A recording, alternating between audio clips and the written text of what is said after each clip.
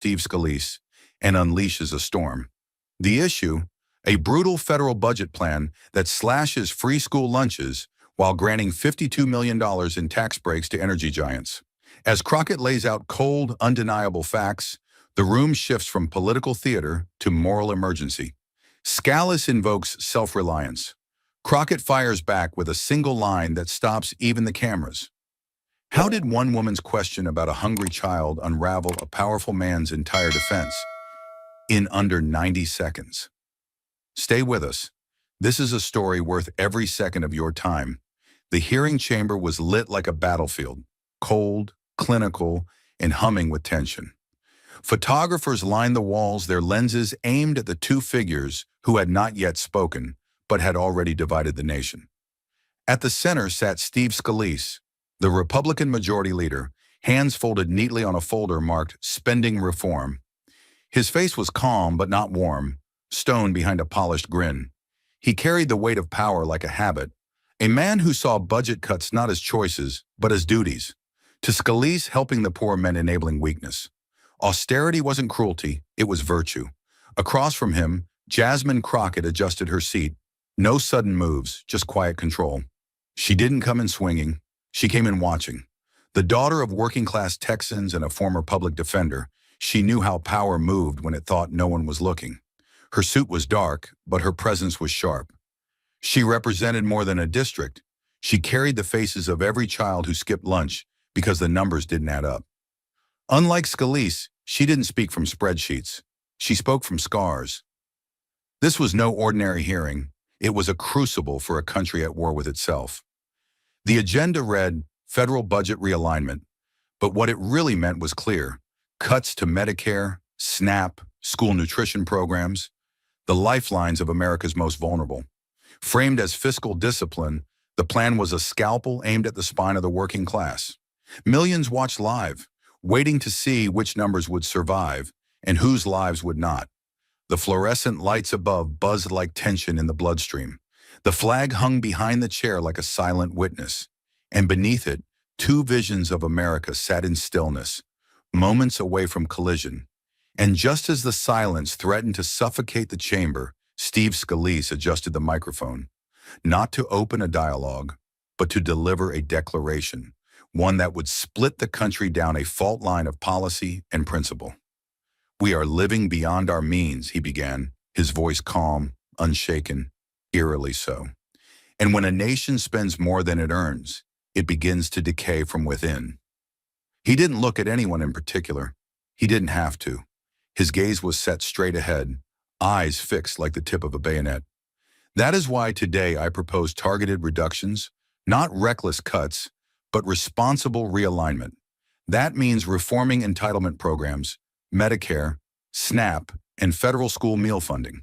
He said it like reading from a ledger, as if listing broken bridges or outdated software. No tremor, no pause. Just the steady rhythm of a man who had long ago disconnected numbers from names, who could call hunger an inefficiency and poverty a miscalculation. These programs, he added, though well-intentioned, have ballooned beyond control. They discourage productivity. They reward stagnation. They must be corrected for the good of our future. Behind him, a screen lit up with digital bar charts bleeding red, each data point meant to justify the blade. But what the screen didn't show, what it never showed, was a child's empty stomach growling quietly during a math test, or the handwritten note a nurse slipped to a patient apologizing that their insulin refill wouldn't be covered that month. To Scalise, those weren't legislative concerns. They were collateral. He moved through the words with the ease of someone who had rehearsed them in mirrors, briefed with consultants, perfected with speechwriters. He painted his proposal in the language of responsibility, balance, restraint, restoration. But Jasmine Crockett saw the reality beneath each syllable, abandonment with a necktie. He used euphemisms the way surgeons use anesthesia, to numb the pain he was causing. But there was no anesthetic strong enough to dull the truth she knew. And as he concluded with a final phrase, "This is not an act of cruelty, but an act of courage." Jasmine's fingers curled inward, slow and controlled, beneath the mahogany table. Her body was still, her breath even, but her pulse, Her pulse was fire, because what he called courage, she had seen as cowardice wrapped in spreadsheets. What he called reform, she had watched unravel entire communities. One meal, one prescription, one eviction at a time. Steve Scalise spoke of numbers. Jasmine knew the names, and she was counting every single one. As the final syllables of Scalise's speech dissolved into the cold stillness of the chamber, a deeper silence followed, one not born from awe, but from anticipation. And then, with the slow, deliberate motion of someone preparing to shift the weight of the entire room, Jasmine Crockett leaned into the microphone. She didn't shout. She didn't rush. Her voice came low and steady, every syllable anchored in something far older than politics. Something earned. Mr. Scalise, she began, her gaze unflinching, you say we're broke when it comes to the poor, but we're never broke when it comes to the powerful. The sentence hung in the air like smoke, slow to vanish, impossible to ignore. A stillness followed, not of confusion, but of comprehension. Jasmine didn't give the room time to recover. We always have a crisis when it's time to feed hungry children. We suddenly find scarcity when the issue is housing, medication, or school lunches. But when the request comes from the top floor of a glass tower or the corner office of a defense firm, the money appears like magic. No hearings, no hesitation. She leaned back slightly, but her voice stayed sharp, unwavering. You framed this hearing around responsibility, she continued, but I haven't heard a word about moral responsibility. Her eyes scanned the dais slowly, making sure each face felt her question, not just heard it. Who are we really asking to sacrifice? Her tone didn't rise, but the pressure in the room did. A diabetic grandmother trying to survive on $800 a month? A child who relies on a school cafeteria as their only hot meal of the day? She paused, not for effect, but because the silence made the question louder. Or are we just asking the voiceless to bleed so that the well-connected can keep their tax havens and write-offs? She then tapped a small folder beside her. Not showy, just deliberate. I have the numbers too, she said, but I also have the names. I have letters from constituents who lost childcare when block grants were slashed, who now ration medication because Medicare no longer covers their brand. These are not abstract burdens. These are real lives that get left off your spreadsheets. Her voice, though even, now carried steel. The problem isn't that we don't have money. The problem is that we don't have the will to protect people without it. No one moved.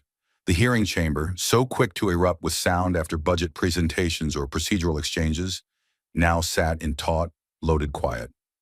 The kind that comes not from confusion, but from conviction being challenged. Jasmine didn't lean forward anymore. She didn't have to. The question was already planted, and it wasn't going anywhere.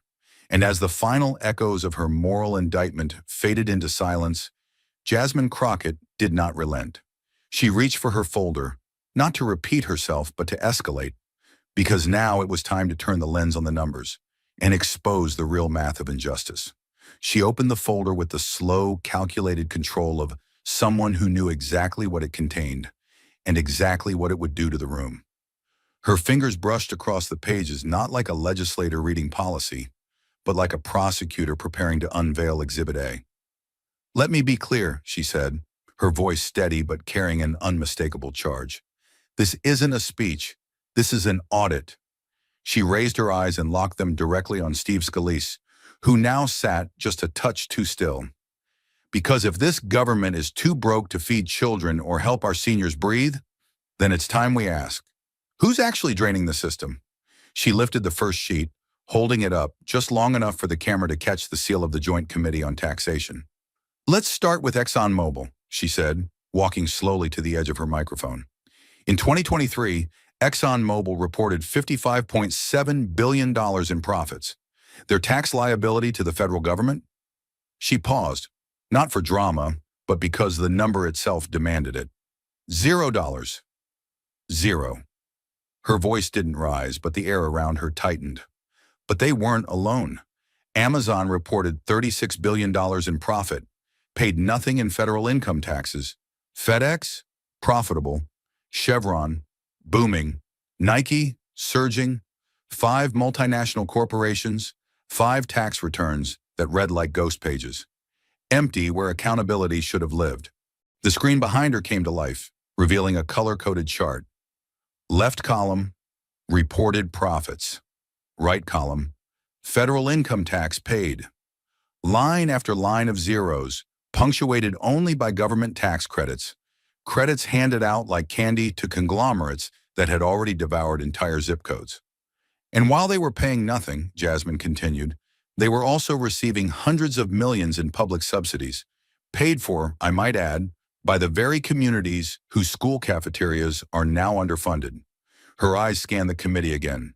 This isn't budgeting, this is sanctioned theft. Her voice sharpened, but it didn't shout. It didn't have to. I've heard my colleagues call single mothers on SNAP a burden. I've heard them question the work ethic of people who can't afford insulin. But I have yet to hear one of you call out the billion-dollar corporations that rig the tax code and walk away with bonuses, while teachers in my district buy pencils out of their own pockets. The room was still. Even the aides had stopped moving. Scalise shifted slightly in his chair, but said nothing. Jasmine's tone lowered, not to soften, but to cut deeper. You say the deficit is our greatest threat, but the truth is, it's not the deficit, it's the hypocrisy. She gestured back toward the chart, now zoomed in on Chevron's returns. Chevron received a $200 million tax refund last year. Refund, not a penalty, not a payment, a reward. Meanwhile, in the same year, 6,132 students in Louisiana lost access to free school lunches due to program cuts. Her voice cracked, not from emotion, but from restrained fury. That's not a coincidence. That's a choice. She stepped forward, closer to the mic, as if closing the distance made the weight of her words harder to ignore. So when Congressman Scalise says we need to make tough decisions, let's talk about how tough they really are. Because it's never tough to give another tax break to a billionaire. It's never tough to approve another loophole for a lobbying giant. What's tough, what's apparently impossible, is finding enough political courage to protect a child's lunch tray. There was no clapping, no shouting, just a silence so thick it pressed against the walls. She let it sit. She wanted it to sit, because she wasn't offering sound bites. She was forcing the chamber to stare into the ledger of its own complicity. Then finally she closed the folder, not like someone finishing a speech, but like someone preparing to return to court with more. These are not anecdotes, she said. They're data. They're policy outcomes. They're proof that this country is not broke, it's morally bankrupt. And the people who wrote the rules didn't fail us by accident. They did it by design. Her chair creaked slightly as she sat back down, but the room remained frozen, each member gripped by a sense that something fundamental had just shifted. Not in tone, in truth. Jasmine didn't look back at the screen. She didn't need to. She'd done what she came to do. She had changed the temperature in the room, without raising her voice, without slamming her fist, without blinking.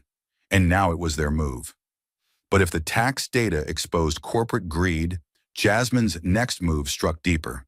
Because this wasn't just about what the rich avoided, but about who enabled them and how that betrayal was quietly purchased, vote by vote, dollar by dollar. She slid the second folder across the polished table like a blade. The click of its clasp echoed faintly beneath the chamber lights. Let's stop pretending this is about oversight, she said, her voice tightening like a noose. Because if the American people are being asked to make sacrifices, they deserve to know who you've never asked to sacrifice a single thing.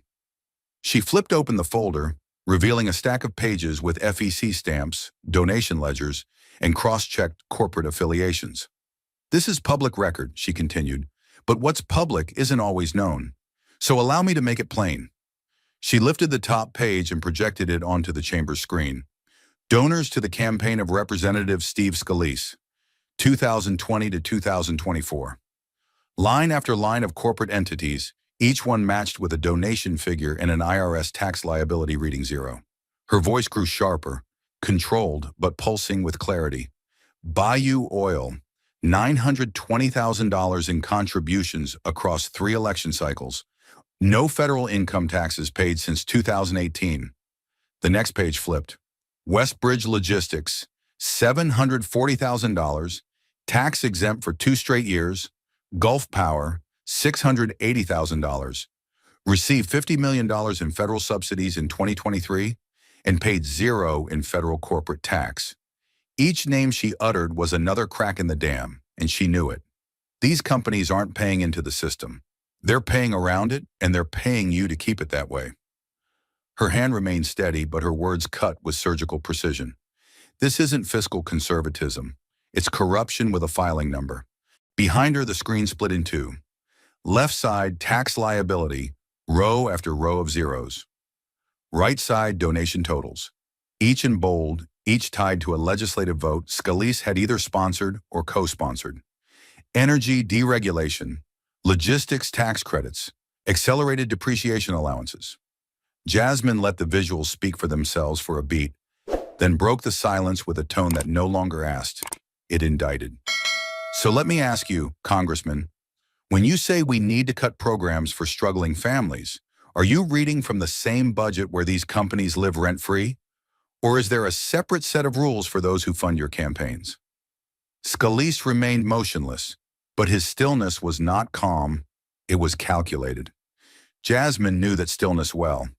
It was the kind used to wait out truth, but this time, she wasn't giving him the space to pivot. She stepped closer to the mic, lowered her voice, and made the charge personal. This isn't about business, it's about influence. You say you defend free enterprise, but what you're defending isn't freedom, it's entitlement, repackaged in corporate form and signed in PAC money. She held up one final page, a FEC itemization of bundled contributions from Gulf Power executives. 21 checks, same day, same address, all just under the reporting threshold, all just before you introduced House Bill 1221, the one that deregulated pipeline approval in vulnerable rural zones. There was no objection, no interruption, just a chamber gripped by the slow, creeping realization that the budget wasn't broken. It was bought. Jasmine returned to her seat like a soldier resheathing a weapon. So the next time you say we can't afford school meals, she said, voice barely above a whisper, look your donors in the eye and say it to them first. Look them in the eye, and then look in the mirror. The weight of her accusation still echoed. $3.8 million in donations, 5 corporations with zero tax burdens, and it pressed down on the chamber like a verdict waiting to be read. That's when Steve Scalise, cornered but defiant, reached for the microphone. Not with certainty, but with necessity. His fingers hovered above the button for a split second longer than usual, as if even he sensed the fragility of what came next. The red light blinked on, and his voice followed, measured, clipped, but taut with the strain of performance. This is a mischaracterization, he began, eyes darting toward the panel, but never quite landing on Jasmine. I don't write legislation to benefit donors. I support tax incentives because I believe in growth, because I believe in jobs. The words fell with practiced rhythm, but no weight. His tone was polished, but the tremor in his left hand betrayed him. We cannot demonize success, he continued. The American economy thrives when we allow innovation to flourish. Penalizing corporations for doing well, that's not how we grow this country. He paused just briefly, waiting for something. Approval, relief, maybe even applause. But the silence that answered him was colder than rejection. It was disbelief. Behind him, the screen still glowed with numbers he couldn't outrun. Profit margins in the billions, tax liabilities at zero. He didn't acknowledge them. He couldn't. So instead he pivoted, reaching for abstraction. These incentives are about competition, about keeping jobs in the U.S., about giving companies the tools to invest back into communities. He said it all like bullet points from a briefing memo. But in the face of the evidence Jasmine had just laid bare, it sounded less like defense and more like retreat. And Jasmine Crockett, still seated, still composed, didn't flinch. She waited a beat after his last word, then leaned forward with the precision of a surgeon preparing the final incision. Congressman, she said, voice steady, eyes locked, if those incentives are truly creating jobs and building communities, she let the next words arrive one by one, deliberate and exact. Then how do you explain 6,138 families in your district, losing access to free school meals this year? Her voice didn't rise. It didn't need to. The silence in the room was already listening. You say these tax breaks build America, but where exactly is that America being built? Because it sure as hell isn't in the cafeteria of Lanier Elementary. The blow wasn't loud, but it was seismic. Scalise froze. Not dramatically, just enough. Enough for the cameras to capture it, enough for the staffers behind him to lower their eyes. Jasmine wasn't grandstanding. She was interrogating the moral architecture behind his economic gospel, and she was finding nothing holding it up. You want to call this a distortion? She continued. Let's call it by its real name. Redirection. You're redirecting wealth upward, away from children, away from working families, and toward the very corporations that fund your campaigns. There it was. Not an accusation, a diagnosis. And in that moment, even Scalise seemed to know. There was no rebuttal that wouldn't sound hollow, because this wasn't just a question of economics. It was a question of who mattered when money ran dry. And she had just made it clear, in his America, the hungry were always the ones asked to tighten the belt. Her voice had already cracked the chamber's composure, but what came next wasn't rhetoric. It was arithmetic with consequences. And Jasmine Crockett wasn't there to speculate. She was there to show, with brutal clarity, what policies look like when they land on real lives. She stepped toward the center screen like a surgeon approaching the operating table, focused, steady, and unflinching. With a single press of the remote in her palm, the lights in the room dimmed by design, and a slide came into focus, stark against the darkened walls. 6,132 children. That was the number, printed in bold white font on a black background. No frills, no graphs, just a fact that hit like a punch to the gut. This, she said, her voice cold as steel, is how many public school students in Louisiana were removed from the free lunch program in the last 12 months. She didn't embellish. She didn't need to. The silence was doing all the work. 6,132 kids. That's 6,132 times a child sat in a classroom. Stomach empty, brain fogged, dignity hollowed out. She let that number breathe, not as a statistic, but as a weight everyone in the room was now forced to carry. Then slowly, she clicked to the next slide. A corporate logo filled the screen. Bayou Oil, sleek and proud, next to a line item from the IRS. $52 million in corporate tax exemptions. Jasmine didn't flinch. Same state, same year. A single company, Bayou Oil, reported record profits and walked away with $52 million in federal tax relief. Not deferred, not delayed, gone. The juxtaposition bled into the room like cold water soaking into concrete. That's not just a coincidence, she added, her tone deepening. That's a choice. A system that cuts lunch for children and cuts checks for corporations is not broken. It is functioning exactly as intended. She moved closer to the table, her shadow now cast across the wood between her and Scalise. So I ask you plainly, Congressman, she said, each word sharpened to a point, is this what budget discipline looks like to you? Her eyes bore into him now, not with rage, but with something quieter, heavier, grief dressed as defiance. Is it fair? Is it moral?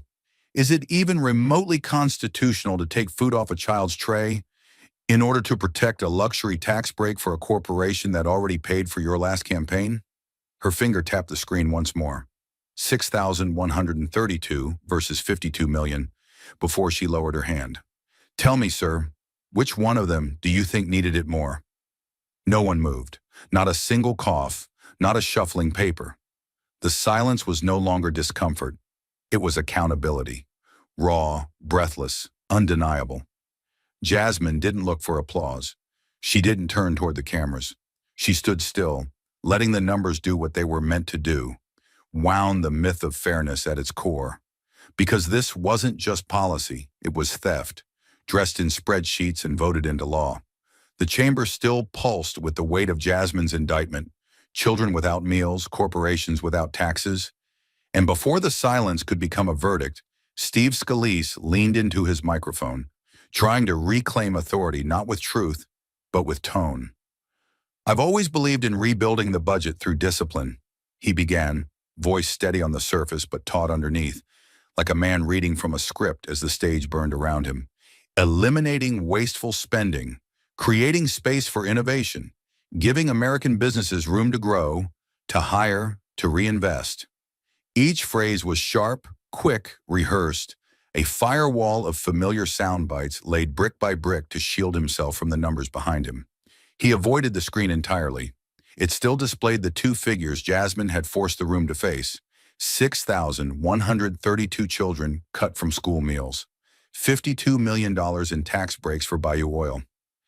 His jaw tightened as he pushed forward. We can't build a future by punishing the engines of our economy.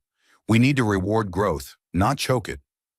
But the words, though fluent, now felt hollow, disconnected from the damage unfolding beneath them. His voice no longer filled the room. It echoed into it, uncertain of where it might land. Jasmine didn't hesitate. She leaned forward, didn't raise her voice, didn't need to. The stillness around her was working in her favor. Her delivery was quiet, surgical. "Mr. Scalise," she said, her tone like glass under pressure. "Waste doesn't live in the hands of hungry children." She paused just enough for the silence to draw blood. "Waste lives in boardrooms that pay nothing to the country that gave them everything, and then turn around and give you $500,000 to keep it that way." Her hand remained steady on the table, but her words cracked the air open like thunder in a vacuum. "That's not fiscal discipline," she added. "That's transactional protectionism, for the rich from the rest of us." The reaction was instant, but silent at first. Reporters stiffening in their seats, press pool glancing at one another, fingers flying toward keyboards. A faint clicking began, like rain on metal, accelerating into a storm. Cameras panned toward Scalise. His face, once unreadable, now showed the faint twitch of someone who'd just been cornered with evidence he couldn't dismiss and logic he couldn't unspool. Jasmine didn't look at the cameras. She didn't need to. She looked directly at him. "You say you're saving America money," she said, low and lethal, "but you're not saving anything. You're selling the future of 6,000 children to one oil company." The room, now fully alert, felt like it might explode, but it didn't. It sat, stunned, stripped, silent. Because Jasmine hadn't just dismantled a defense.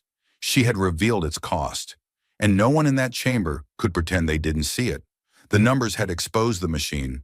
The corporate donations had revealed its engine. But now Jasmine Crockett leaned in, not with evidence, but with a question. One that didn't require a chart to cut. One that left no room to hide. She let the silence stretch a breath longer than expected, not to stall, but to shift the room from data to humanity. Then slowly, deliberately, she leaned into the mic. Her voice softened just enough to force the chamber to lean forward. "Congressman Scalise," she began, "if a mother works 2 full-time jobs, 16-hour days, no weekends, no insurance, and she still can't put enough food on the table for her child, is that failure hers? Or is it failure of the system you keep defending?" Her tone didn't accuse. It indicted. The kind of calm that comes not from restraint, but from truth sharpened to a blade. Her words landed like weight, not noise, settling on every shoulder in the room. Scalise didn't move. His fingers froze above the papers he wasn't reading. The glare of the overhead lights caught his brow, now lightly beaded with sweat. She didn't flinch. Her gaze didn't wander. "Because that woman exists.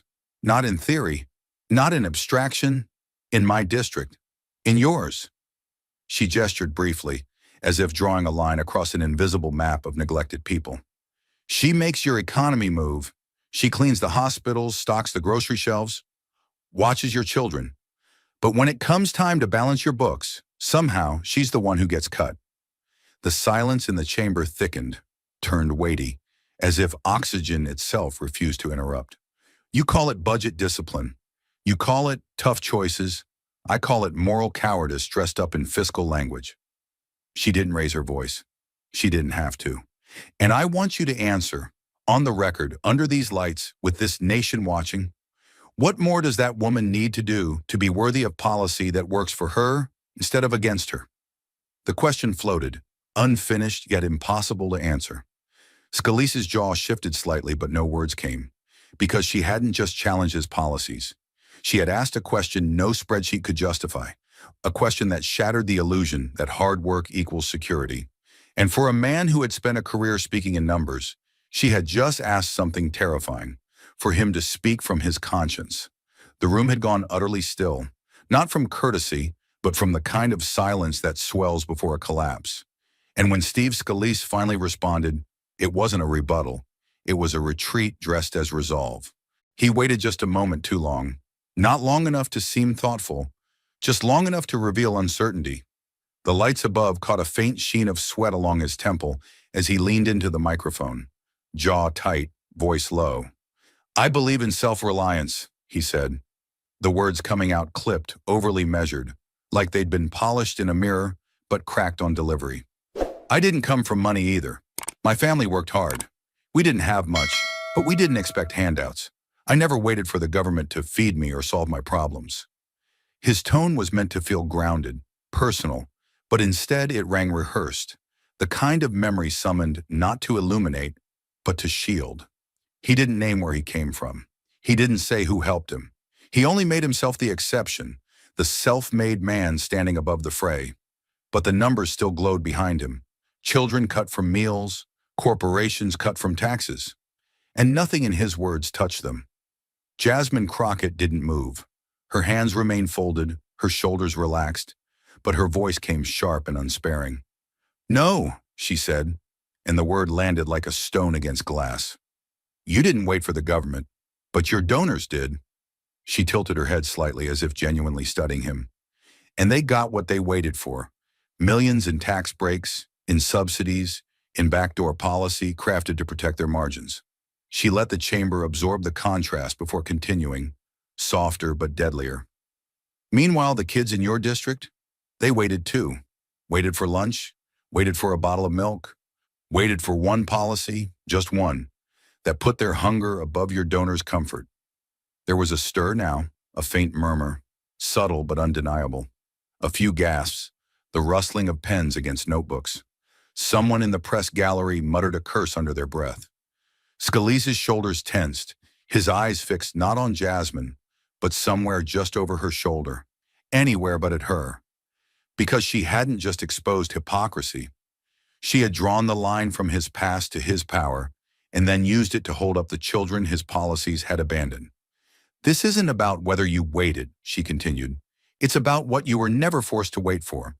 It's about privilege passed off as principle, and the people who pay for it with growling stomachs and rationed futures." The blow hadn't come with shouting. It had come with precision, and now the weight of it sat in the room, undeniable, inescapable, and entirely earned. The chamber had already seen numbers, charts, and confrontations, but now the air thickened. Jasmine didn't just bring data this time. She brought a smoking gun. She didn't raise her voice. She didn't have to. As Jasmine Crockett tapped her screen and the lights dimmed slightly for visibility, what appeared behind her on the monitor wasn't opinion. It was architecture, the scaffolding of corruption. "This," she began, her voice as flat and cool as steel, "isn't speculation. It's a memo. Internal, time-stamped, and released through the Freedom of Information Act." The screen displayed an email, stark against the dark background, the words cutting clearer than any accusation. "Refrain from altering Gulf power incentives. Significant PAC exposure and re-election funds implicated." She paused.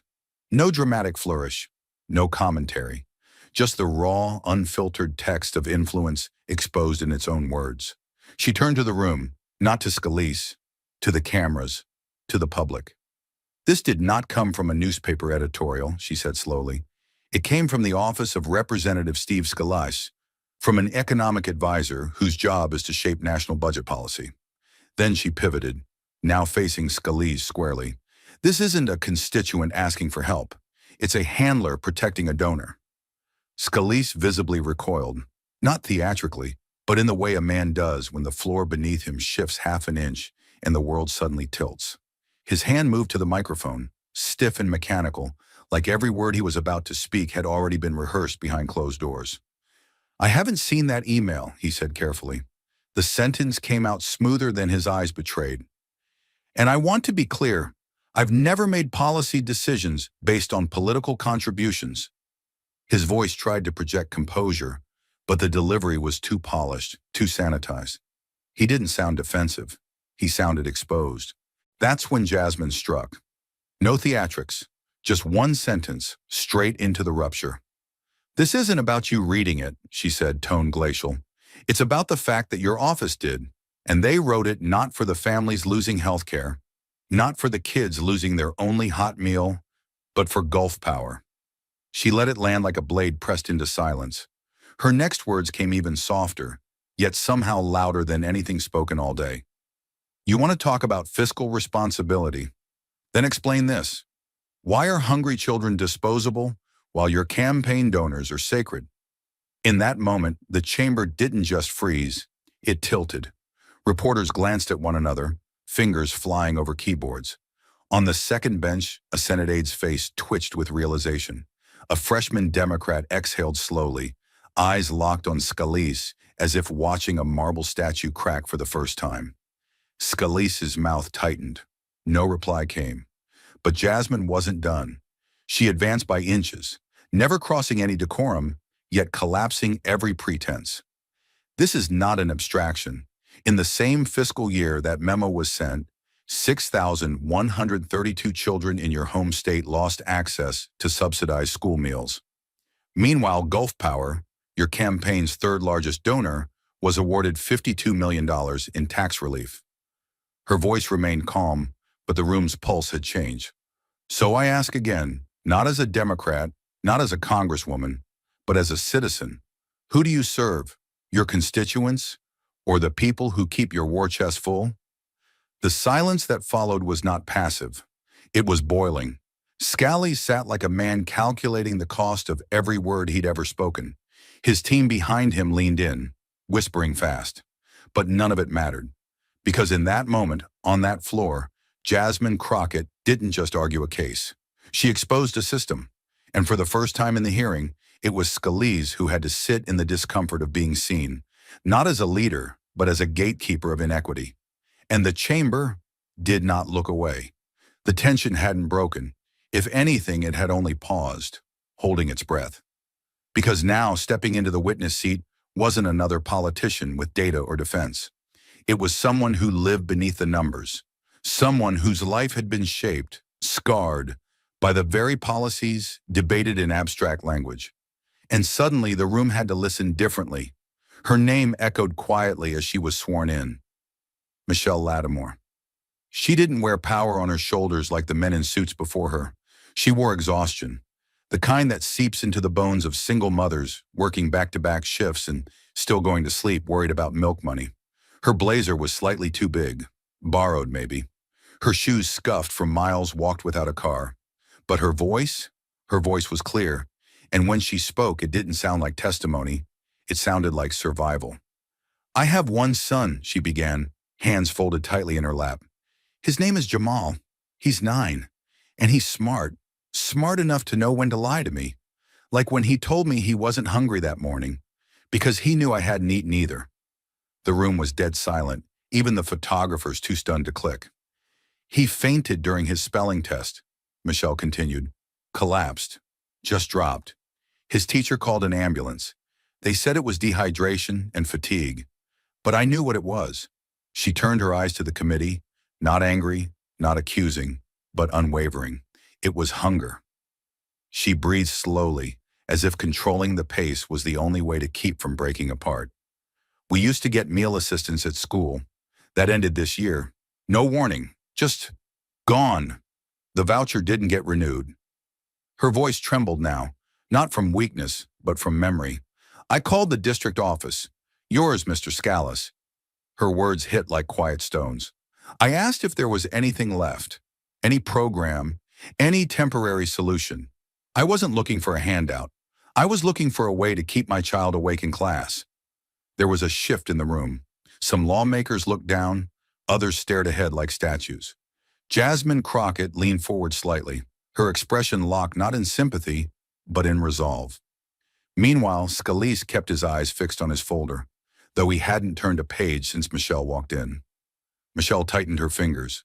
The staffer told me to try a church, a food bank, a charity. She swallowed. And I did. Every week since. I get up at 5 a.m. to beat the line outside St. Agnes Community Pantry, and I still end up 5th or 6th in line. And let me tell you, those boxes, they don't include school lunches. They include shame. My son asked me once, "Mom, are we poor now?" Her voice cracked, just once, then steadied. And I told him, "No, baby, we're just invisible." The weight of that word, invisible, landed like a thunderclap. Crockett's jaw tightened. A Democratic aide near the press rail was visibly wiping a tear. The media gallery sat in stunned stillness, save for a few fingers beginning to pound frantically on keyboards. Scalise still hadn't moved. Michelle pressed on. "I don't get tax breaks. I don't have a PAC. I don't fund campaigns. I clean offices no one thanks me for, and I stock shelves people walk past without looking. And somehow, I'm the one being told I need to tighten my belt." She paused and scanned the panel with eyes sharpened by desperation. "You talk about budgets. I live them.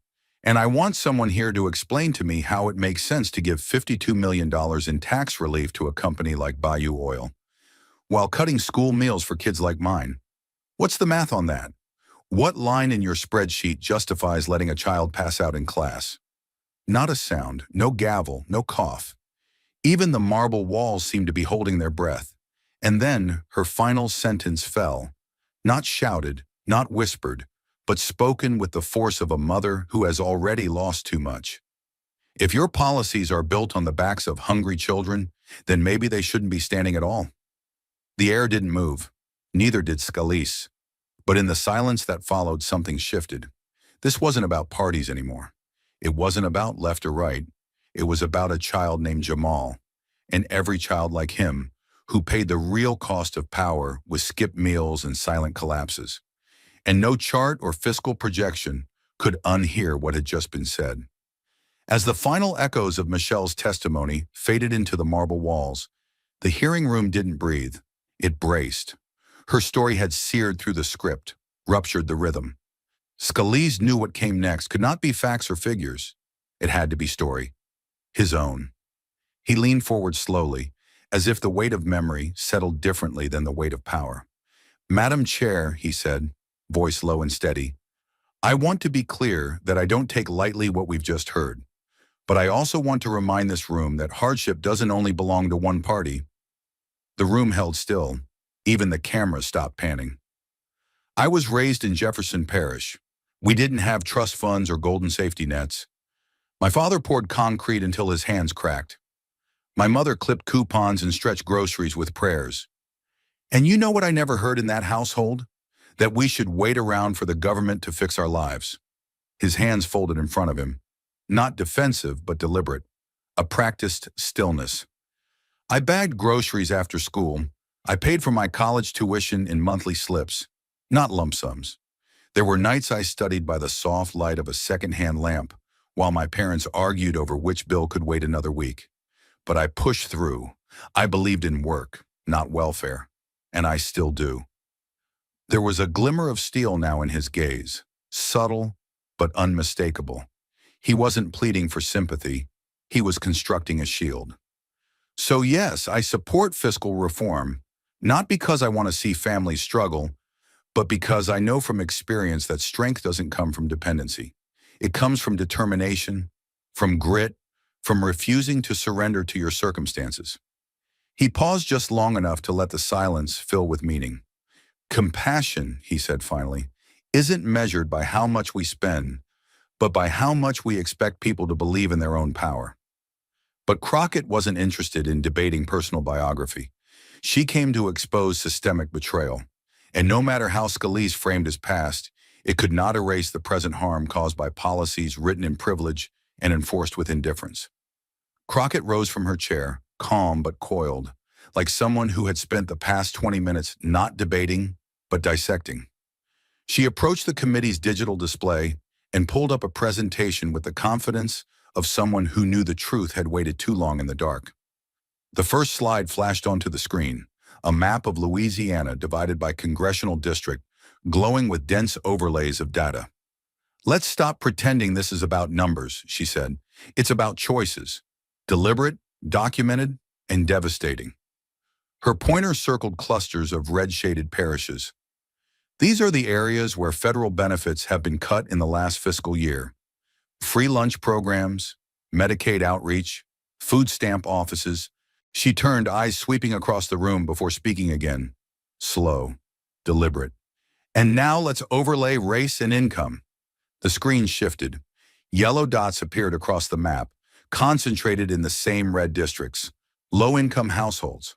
Then another layer, green outlines revealed parishes with majority Black or Latino populations. They matched, almost perfectly. The room fell into an eerie silence, the kind that only settles when truth becomes undeniable. Every district with over 60% white population, preserved, intact, but majority-minority districts, disproportionately slashed. Her voice didn't rise. It didn't need to. The devastation did the speaking. "Mr. Scalise, this isn't about self-reliance. It's about systemic removal. You didn't just tighten belts. You chose whose belts got ripped off." She advanced to the next slide, this time a bar graph. On one side, the average annual benefit cut per affected household in Orleans Parish. On the other, the average annual corporate tax break given to Gulf Power, Bayou Oil, and Westbridge Logistics, three of the top PAC donors to Scalise's campaign. "How do you explain this math?" she asked, her voice a blade wrapped in velvet. "Where a child in Shreveport has to split their lunchbox with their little brother, while a CEO in Houston gets another yacht deducted from their taxable income?" One member of the gallery audibly whispered, "Jesus," not even trying to hide it. Crockett turned back to the panel. Her tone softened, not in weakness, but in sorrow. "I grew up in a zip code where we didn't ask what your dreams were. We asked how many meals you skipped to get through the week. And the message your policies send, Mr. Scalise, is this: if you're poor, hungry, or Black, you better pray you're invisible, or you'll be the first one on the chopping block." She paused, letting the silence return, thicker this time. Then she delivered the final strike, not as a question, but as an indictment. "This map isn't a mistake. It's a mirror. And the reflection is ugly, because it tells us exactly whose America is being budgeted out of existence." No one moved. No one dared. Even the air seemed afraid to shift. The room was already trembling with unspoken truth. But Crockett knew. Numbers alone don't change history. For change to stick, it must wound the conscience. She stepped forward once more, the echo of her heels a metronome of defiance across the polished floor. Her hand hovered briefly above the mic, not to amplify volume, but to still the noise inside the chamber. Noise of excuses, justifications, distractions. The light above her pulsed like a spotlight, catching the sheen of quiet fury in her eyes. Her voice emerged, not raised but weighted, like a verdict. "We've spent hours today pretending this is about balance sheets," she said, pacing each word with surgical control. "Pretending that math is what's starving our children, that math is what's gutting our communities. But I didn't come here to debate decimals. I came here to speak truth." Her breath caught for a moment, not from nerves but from the sheer gravity of what came next. She looked directly at Scalise, then beyond him, to the camera's red light blinking like a heartbeat. "Don't call it a budget deficit," she said steady. "Call it what it is, a compassion deficit." The words hit like thunder with no lightning. There was no need for drama. The silence that followed was more damning than any outburst. No rustle of papers, no whispered rebuttals. Just the sound of collective reckoning pressing down on the room like a weight of air too heavy to breathe. She wasn't finished. She raised her arm and pointed, not at anyone, but at the screens still displaying data, the numbers of children cut from food programs, the tax breaks swallowed by corporations, the email threads soaked in quiet corruption. "This isn't fiscal discipline," she said. "It's moral negligence. It's theft with a spreadsheet. It's telling a mother working 2 jobs that there's no money for her child's milk, while you pour tax relief into a boardroom on the 42nd floor." A pause. Her voice dropped lower, the volume barely a whisper. but now everyone leaned forward. "We didn't run out of funds," she said. "We ran out of empathy. We ran out of the willingness to say, every child matters, even if their parents don't fund campaigns." The last sentence sliced through the oxygen, and then came the sound. Not applause, not yet. It was the scrape of a chair leg, someone standing in the gallery, then another, then hands, dozens, then hundreds. A crescendo of claps broke loose like a dam collapsing under moral pressure. Reporters glanced at each other, stunned. A senior senator shifted in his seat, visibly shaken. A producer in the control room muttered into a mic, "Mark the timestamp. This is going viral." And still, Crockett didn't blink, didn't smile, didn't move to claim her moment, because it wasn't a moment. It was a mirror, and the room was finally being forced to look. The echo of applause was still ringing in the corridors of Capitol Hill when the real tremor began. Not in the chamber, but across the networks, the feeds, the timelines. Words spoken in marble halls had broken through firewalls, headlines and spin. And the country was watching. It started with a single clip, just 27 seconds. A close-up of Jasmine Crockett's final line, her voice low and unwavering. "Don't call it a budget deficit.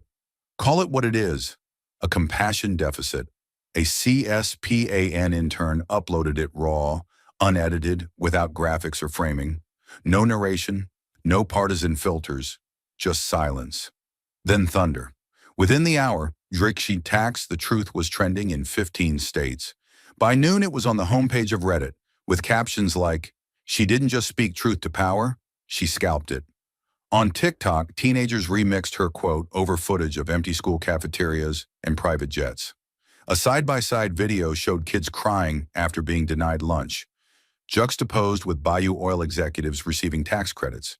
It had over 4.6 million likes by the end of the day. CNN led with the headline, "Congresswoman Crockett dismantles tax hypocrisy in 90 seconds. MSNBC called it the moral mic drop of the year. Even Fox News, while trying to reframe her as performative, couldn't ignore the firestorm. Hosts stumbled over their talking points. One guest whispered off mic, "That was brutal," just before the cameras cut back. It didn't stop at media. The full hearing footage hit YouTube's front page within 8 hours, crossing 10 million views, then doubling before midnight. Comment sections turned into town halls. Veterans, single mothers, teachers, factory workers, people who had never typed a single sentence in politics, now spilling paragraphs of frustration, solidarity, pain. "That woman spoke for my daughter," wrote a nurse from Baton Rouge. "My son got denied school lunch over $2.35. Tell Steve Scalise to come explain that to his face." The emotional gravity shifted again when a Louisiana newspaper published an expose tracing corporate PAC donations from Gulf Power, Bayou Oil, and Westbridge Logistics, totaling $3.8 million across Scalise's last 3 campaigns. The reporter, a Pulitzer finalist, confirmed the FOIA email Crockett had exposed. The quote, "Don't touch Gulf Power, critical for PIC and re-election funds," was now printed on the front page, circled in red. And the internet exploded again. A digital petition to launch an ethics investigation into Scalise gained 700,000 signatures in 3 days. A nonprofit watchdog filed a formal complaint with the Office of Congressional Ethics by Friday morning. Hashtag variations began spreading like wildfire. Subsidized silence, meals and millions, who does he serve? But it wasn't just noise. There were aftershocks in places that rarely shake. A high school senior in New Orleans, whose free lunch had been cut that semester, stood up during a student assembly and read Crockett's quote. The video went viral, reaching Jasmine herself, who reposted it with one word: courage. An economics professor at Tulane rewrote her curriculum's opening lecture to include a breakdown of tax avoidance schemes like Bayou's, and showed Crockett's testimony as a case study in democracy through audit. Sunday morning, churches across Louisiana included her quote in sermons, not just as politics, but as moral clarity. Compassion deficit, one preacher said, is a phrase from God's own heart. Even Capitol Hill felt it. A Democratic whip privately told Politico, I've seen hearings catch fire before. But this was a reckoning. A Republican staffer speaking off the record admitted, Scalise looked shook. He's usually got a playbook. But she burned the whole book.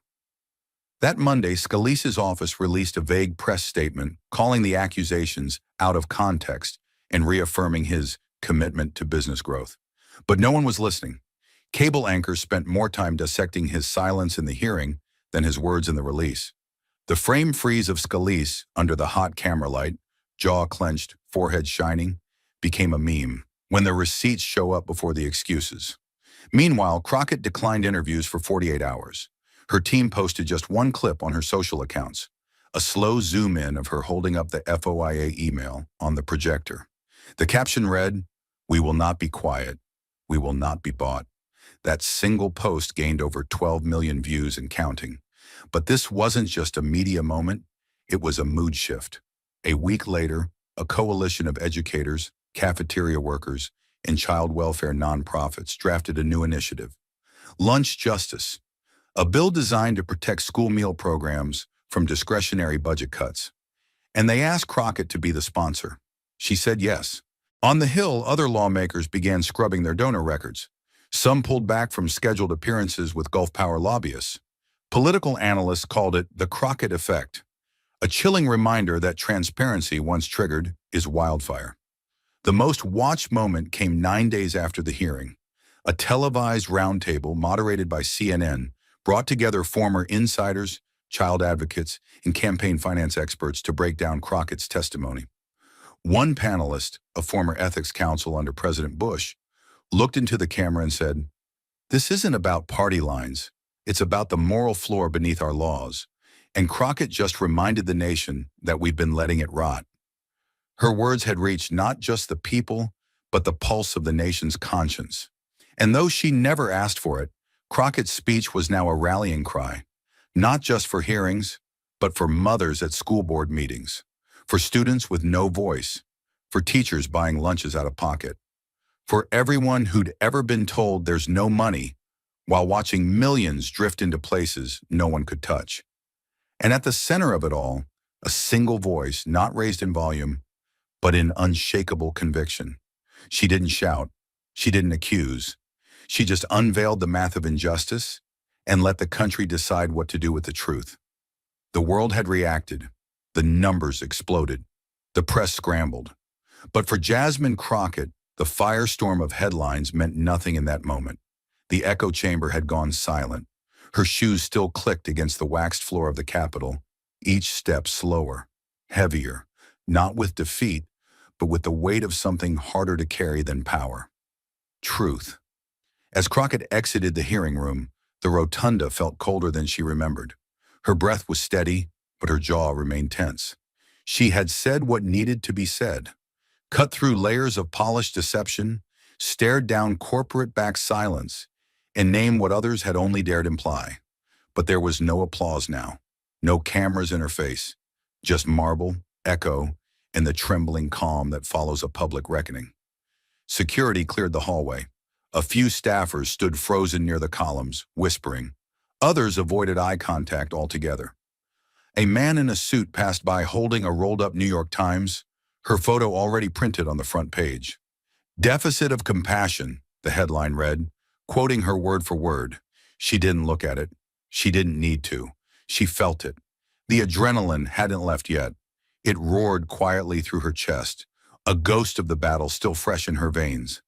As she stepped into the open corridor leading to the elevators, her shoulders finally slumped, just enough to feel the fatigue seep in. Every statistic, every name, every rebuttal had cost her something. Courage had a price, and tonight she was paying it in silence. Then she heard it. Soft footsteps. Quick, untrained, not the shoes of a staffer or a reporter. The scuffing sound of sneakers running, not with fear but with urgency. She turned instinctively, just as the elevator doors began to slide open behind her. A boy, no older than 8, jeans torn at the knees, a backpack 2 sizes too big, and a paper crumpled tightly in one hand. His breath came in gasps. His cheeks were flushed, but his eyes, dark, clear, unblinking, were locked on her like she was something more than human. something sacred. He didn't say anything at first. He just extended his hand, the paper trembling in it. Jasmine hesitated, not out of fear, but because in a building where words had been weaponized, this silence felt like a sacred offering. She reached out and took the paper gently from his hand. It was a drawing, pencil on loose leaf, a tray with a sandwich, a carton of milk, and a heart beside it. At the bottom, scrawled in large, uneven letters, "Thank you for my lunch." No hashtags, no spin, no headline. Just the raw voice of someone who understood what no politician had admitted today. That survival was not a privilege, that hunger was not an abstract concept, and that dignity sometimes looked like one meal you didn't have to beg for. Crockett looked up, her mouth parted, but no words came out. She felt her throat tighten, not from debate, but from that unbearable kind of beauty, the kind that crushes you before it lifts you. "Was it you?" she finally asked, her voice a whisper. The boy nodded. "My mom said we're not supposed to talk to Congress people, but I saw you say the thing about the lunch and the rich people." Crockett crouched to meet him eye to eye. "You watched that?" He nodded again. "They played it in class. Our teacher was crying." For a moment, the hallway didn't feel like Capitol Hill. It didn't feel like power or conflict or strategy. It felt like church, like grace. And Jasmine Crockett, who had faced down billionaires, Supreme Court justices, and pundits looking to clip her voice, felt small in the presence of something infinitely larger than law. Gratitude. She folded the paper carefully, like it was evidence in a trial too sacred to touch. "What's your name?" "Daniel," he said, rubbing his eye with the back of his hand. "Well, Daniel," she said, voice steadying, "that drawing means more to me than all the headlines combined." He gave a small smile, the kind that breaks something inside you. "You gonna keep fighting the rich people?" She chuckled softly, then caught herself. "I'm gonna keep fighting for you." He nodded again. "Okay, I'm gonna tell my friends you're on our team." Then he turned and ran down the corridor, shoes squeaking on the polished floor. No bodyguard, no parent, just a kid with hope. Crockett rose slowly. She didn't cry, not yet, but her hand clutched that paper like it was a flag pulled from a battlefield, and in a way it was. She stepped into the elevator, doors closed. The silence inside was perfect, too perfect for words.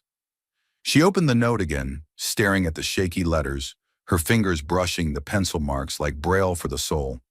And in that enclosed metal box, she allowed herself, just for a heartbeat, to feel the full weight of what she had done. Not just confronted power, not just revealed hypocrisy, but reached the one-person policy always forgets, the child it fails to feed. As the elevator descended, so did the noise of politics. So did the egos, the polls, the PACs. Down in that moment, only one thing mattered: a boy with a lunch he wouldn't have had, and a woman who refused to let that meal become collateral damage in someone else's ambition. As she stepped out into the sunlight, the city still buzzing with outrage and debate, she didn't wave to reporters or check her phone. She just walked, quietly, slowly, into the chaos of Washington with a child's thank you note in her hand, and a war still to fight in her heart. Thank you for watching until this moment and for standing with us on this journey for justice. Your support means everything. Like, subscribe, and turn on notifications so you never miss what's next. And we'd love to hear your thoughts. Leave a comment below and let us know what moved you most in this story. Together, our voices make a difference. Inside the storm-lit halls of Congress, as 74 press outlets scrambled for position and 6.2 million Americans watched live, Jasmine Crockett locked eyes with Pam Bondi, the former Florida Attorney General now cornered by accusations of selling justice to the highest bidder. Clutching a folder stamped top-level collusion, Jasmine didn't flinch. She unleashed a wave of evidence, emails, secret calls, closed-door deals, that detonated Bondi's carefully crafted reputation in under 90 seconds. Gasps echoed through the chamber, jaws dropped, and for the first time in her career, Bondi had no words. What explosive truth did Jasmine reveal that shattered a political empire on live television? Stay with us. This is a story worth every second of your time. The vaulted ceilings of the congressional hearing room seemed to press down like judgment itself, heavy and inescapable. Reporters lined the back wall, their lenses locked on a single figure seated behind a stark wooden desk. Representative Jasmine Crockett of Texas. She was no stranger to pressure, nor to power, but today was different. Today, she wasn't just speaking for her constituents.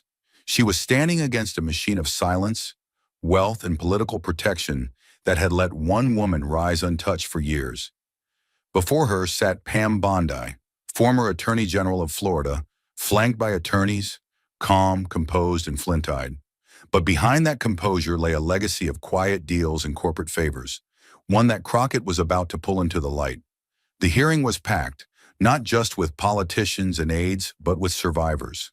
Families affected by polluted land deals, displaced renters from Bondi-protected housing developments, and advocates who had waited years for accountability. Jasmine adjusted her mic, her fingers hovering over the evidence folder like a trigger. She knew what she was up against: decades of political insulation, donor networks, legal ambiguity, but she also knew one thing Bondi never counted on: that someone would dare speak plainly, publicly, and without fear. And as the chamber fell silent beneath the weight of her presence, Jasmine Crockett finally leaned forward. No longer just a congresswoman, but a reckoning wrapped in precision. She gripped the edge of the podium like it was holding her back from unleashing something deeper, something personal. "This hearing is not a routine procedure," she began, her voice steady, rich with conviction. "It's a confrontation with a system that has protected the powerful and punished the poor. Today we examine how one woman, Pam Bondi, used the authority of her office not as a shield for the people, but as armor for corporate interests. And while she smiled at press conferences and pledged justice, backroom deals were being made that left families sick, evicted, and voiceless. Her words cut through the room like cold steel.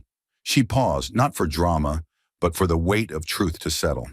This is what happens when public trust becomes a private asset, when the role of Attorney General becomes a tool to protect donors instead of citizens. Jasmine didn't shout. She didn't need to. Every sentence dropped like a gavel. This isn't about one scandal. It's about a pattern, a betrayal, and yes, an emblem of the moral decay that festers when power is left unchecked. Then with surgical calm, she lifted a thick folder labeled Exhibit 1A and opened it before the room. "Let's start with what we can prove," she said, sliding a page into the projector. The screen behind her flickered to life, displaying a detailed campaign finance chart. Names, dates, amounts. Between 2014 and 2018, Pam Bondi received over $235,000 in bundled donations, Jasmine stated, tapping her finger on the screen. Not from small-town constituents, not from public servants, but from oil lobbyists, real estate magnates, and corporate legal funds, all with active business before her office. The tension in the room tightened. She continued, flipping to another page, an internal memo with a redacted signature. "Here," she said, "is a directive from Bondi's senior counsel suggesting a pause on a zoning lawsuit filed against a luxury developer. Just 72 hours after that same developer hosted a $25,000 a plate fundraiser for her re-election." Eyes widened. Gasps slipped from the press pool. "That's not governance," Jasmine said, her voice sharpening. "That's pay to delay justice." She looked at Bondi for the first time, directly, unwavering. "We're not here to speculate. We are here to account. And Ms. Bondi, this is only the beginning. And if campaign donations were the smoke, then what came next was the inferno buried beneath it. Decades in the making, globally felt, and politically protected." Jasmine Crockett didn't flinch as she held up a new document. Its header stamped with the seal of the Florida Attorney General's office, its body consisting of only a few chilling paragraphs. Her voice dropped just a fraction, calm but barbed with gravity. "In 2016, when the states of New York and Massachusetts took historic steps to hold ExxonMobil accountable for what they allegedly knew, what their own scientists knew, about climate change, Pam Bondi had a choice. She could have stood with transparency, with science, with the truth. Instead, she signed this. She turned and gestured to the projection screen behind her, now displaying the infamous joint letter, signed by more than 10 state attorneys general, including Bondi, demanding an end to the investigation into ExxonMobil's internal research and public deception. Let me be very clear, Jasmine said, pacing to the center of the floor. While entire coastal communities were preparing for rising tides, while asthma rates spiked in black and brown neighborhoods living near refinery corridors, while entire states faced drought, fire, and food insecurity, Pam Bondi used her office not to demand justice, but to silence it. She clicked to the next slide, now showing quotes from major publications. The Guardian calling it a coordinated assault on climate accountability. The New York Times reporting, state AG's pressure appears to drop Exxon probe. Inside Climate News stating flatly, this is about loyalty to industry, not to citizens. The screen faded into an image of South Florida's eroded shoreline, homes teetering at the edge of collapse. Do you know what ExxonMobil's internal memos said back in the 1970s? Jasmine asked, looking across the chamber. They knew. They knew that fossil fuels would melt polar ice, raise sea levels, and displace millions.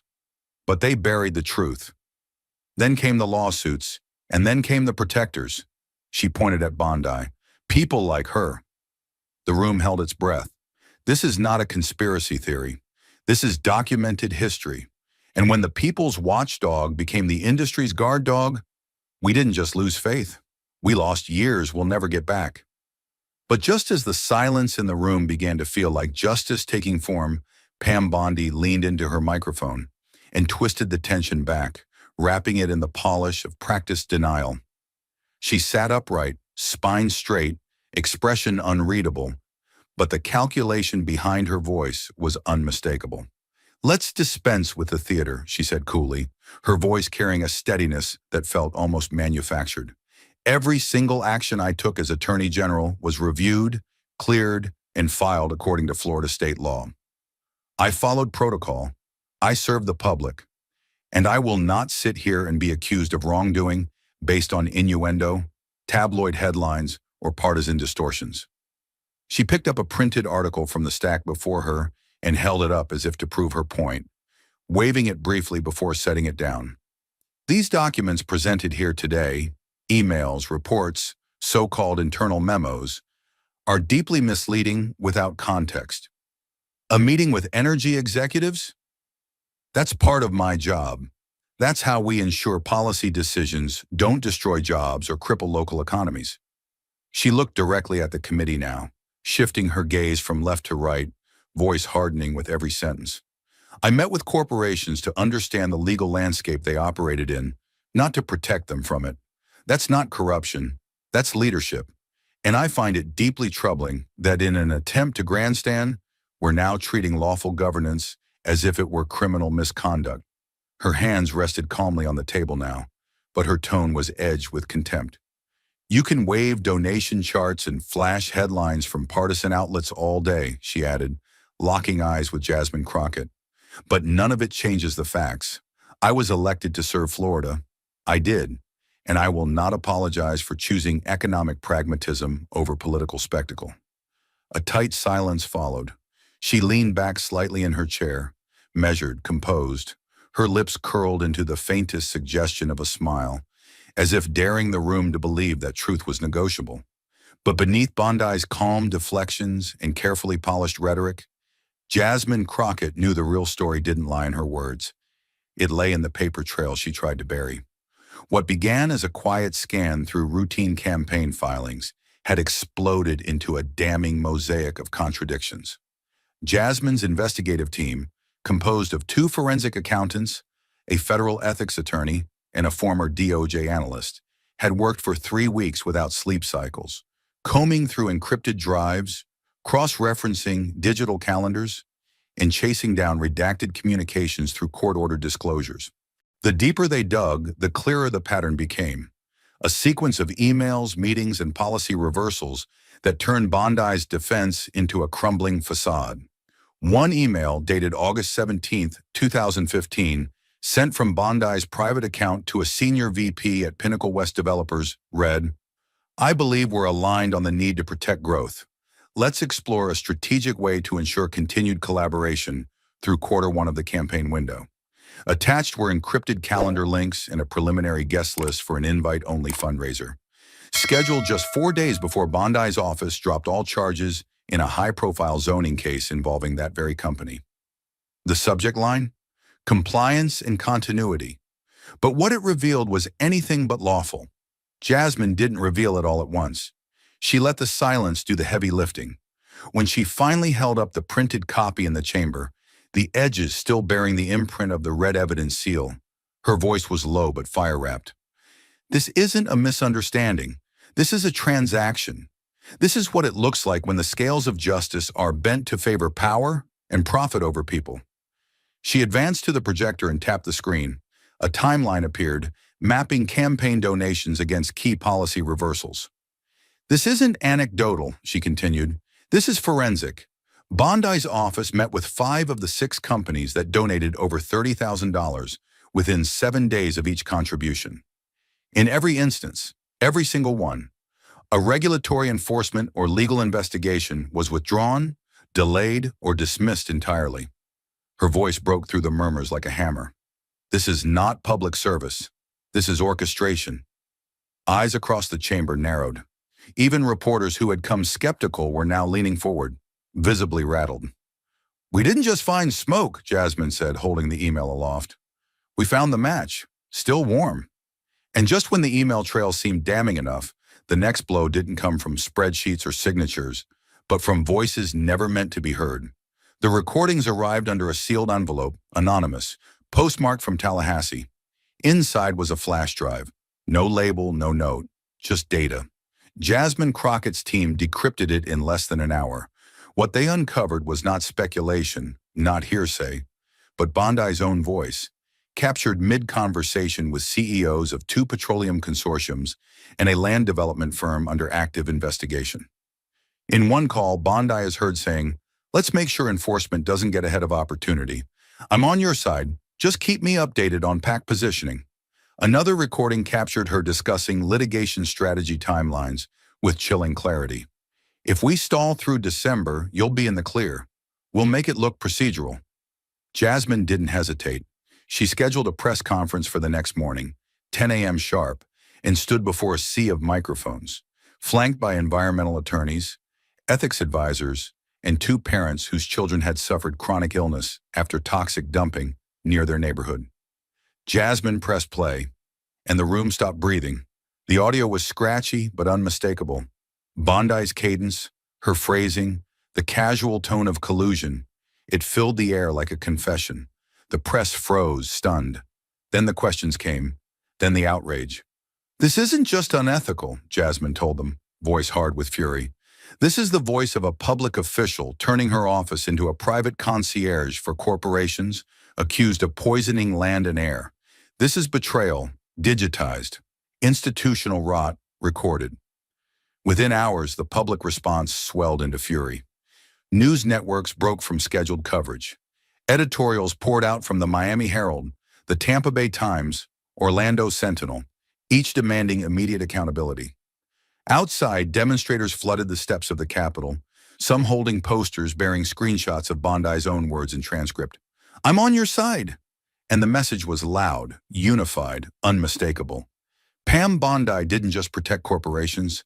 She partnered with them, while Florida communities paid the price. But as the fury outside swelled and the weight of the evidence closed in, voices echoing through Capitol steps, headlines cascading across cable news, and audio recordings replayed in every newsroom. Pam Bondi did what seasoned power brokers do when the tide threatens to drag them under. She stood her ground and struck back. She leaned forward slowly, both hands braced on the hearing table, her polished nails drumming once against the lacquered wood before she began. The room, which had grown tense under Jasmine Crockett's relentless presentation, now bristled with a different kind of energy, one coiled, defiant, and waiting to see if Bondi would detonate or deflect. Her voice was cold, crisp, and dangerously composed. "With all due respect to this committee," she said, eyes scanning the dais but locking on no one.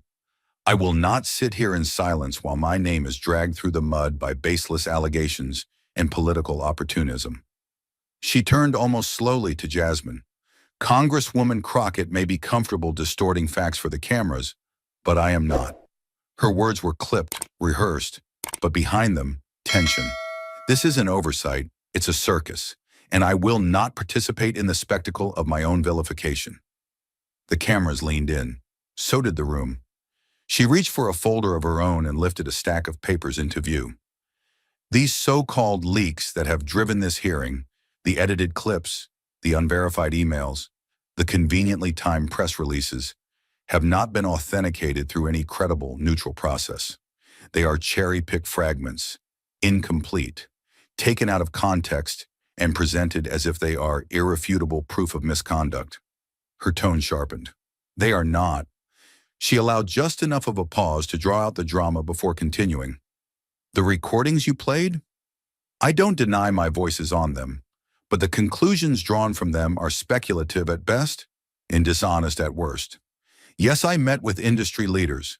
Yes, I accepted campaign contributions within legal limits, fully disclosed. That is not corruption. That is democracy in operation. Then came the pivot, the calculated personal jab. Bondi squared her shoulders and set her hands flat on the desk. What's happening here is not a search for justice. It's a political hit job. She pointed toward Jasmine, not with a raised finger, but with a slow, deliberate turn of her hand, palm up like a prosecutor exposing motive. Congresswoman Crockett is not looking for accountability. She's looking for airtime. She's building a platform, not a case. The insult didn't come as a shout. It came as something more dangerous, an accusation dressed in civility. And if we are going to let leaked conversations, taken out of context, become the new standard for conviction in this chamber, then every public official in America is now at the mercy of selective outrage and opposition research. She paused and breathed, visibly measuring her next words. This committee wants to know if I used my position to protect corporate interests. My answer is simple. I protected Florida. I protected jobs. I protected the stability of a state economy that depended on responsible industry partnerships. To paint those actions as criminal is not only unfair, it's offensive. Her gaze moved across the room again, now locking briefly with each member of the panel. I didn't run for office to please activists or newspapers. I ran to keep Florida strong. And I did. Despite the noise, despite the politics, and despite moments like this, when it's easier to tear someone down than to understand the full truth. But what she didn't realize, what became clearer with every word, was that her defenses no longer held the weight they once did. The headlines she claimed were noise had been building for years. Bondi shields developers from investigation. Attorney General intervenes in environmental suit. Emails link Florida AG to donor-funded policy reversals. These were not new accusations. They were patterns. They were signals. And Jasmine had just connected them. Outside, the chants grew louder. Inside, even Bondi's once confident voice began to sound like someone resisting gravity, speaking louder not to persuade, but to hold ground already crumbling beneath her. But just as Bondi's rebuttal tried to reclaim control, Jasmine Crockett stepped forward again, this time not with theory, not with outrage, but with a weapon no rhetoric could deflect. The sound of Bondi's own voice, captured in a moment of transactional truth. The recording had been buried deep, archived in a server belonging to a defunct political consulting firm, flagged only by a stray file name, Call Confidential. Jasmine's team found it during a forensic audit of PAC data and third-party vendor logs. What they heard sent a chill through the room. The call began with standard political pleasantries, references to polling numbers, campaign logistics, even a passing comment about hotel reservations. But then as the tone dropped, so did the mask. In crystal clear audio, Pam Bondi's voice came through. Look, if we can lock in support before Q3, I can guarantee that enforcement won't escalate beyond administrative review. No headlines, no court. You'll have room to breathe. The man on the other end, later identified as the chief legal officer of PetroSouth Energy, replied affirmatively. Then came her follow-up. But I need full PAC alignment. I'm not taking half measures this cycle. There was no ambiguity, no spin. It was a direct ask for campaign support, paired with a veiled assurance that legal consequences would be softened in return. When Jasmine played that clip before the hearing chamber, the effect was immediate. The room fell into a tension so sharp it felt surgical. Gone was the noise, the political grandstanding. Only breathless silence remained, the kind reserved for when truth can no longer be denied. Crockett didn't shout. She didn't pace. She simply turned from the speaker and faced the room, letting the moment settle. "What you just heard," she said, voice low and deliberate, "is the sound of justice being priced. The sound of a public office used not to uphold the law, but to suppress it in favor of private wealth." Behind her, a slide lit up with internal memos from the Department of Environmental Protection. Investigations into PetroSouth's waste disposal practices that had been abruptly closed just weeks after the date of that call. Maps followed, color-coded to show spikes in chemical-related illness in the surrounding communities. Red clusters dotted poor neighborhoods. Children, seniors, entire families living within poisoned soil. This wasn't a misstep, Jasmine continued, voice tightening. This was architecture. Bondi's office didn't just ignore violations. They neutralized them, and in return, her campaign coffers swelled. She tapped the screen. Financial records appeared. $85,000 from 3 PACs linked to PetroSouth, funneled through cutout committees and routed within 11 days of the recorded call. "This isn't circumstantial," she said. "This is cause and effect. Cold, traceable, and criminal in implication." The air in the chamber was suffocating. Members of the Oversight Committee exchanged grim glances. Bondi stared ahead, lips drawn thin, but said nothing. And for a moment, it was clear to everyone in the room that the foundation of her defense had cracked, not from speculation, not from opinion, but from a voice she could never deny, her own. And just as the weight of Bondi's recorded voice threatened to collapse whatever remained of her defense, the shadows moved. The pushback didn't come with flashing headlines or televised rebuttals.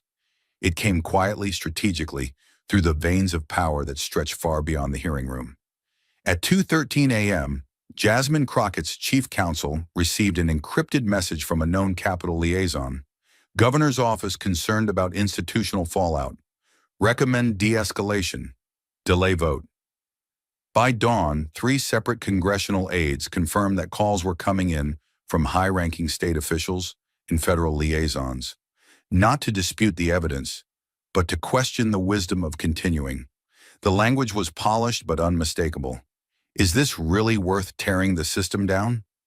Suddenly, neutral committee members were being invited to off-record briefings with industry-funded legal consultants.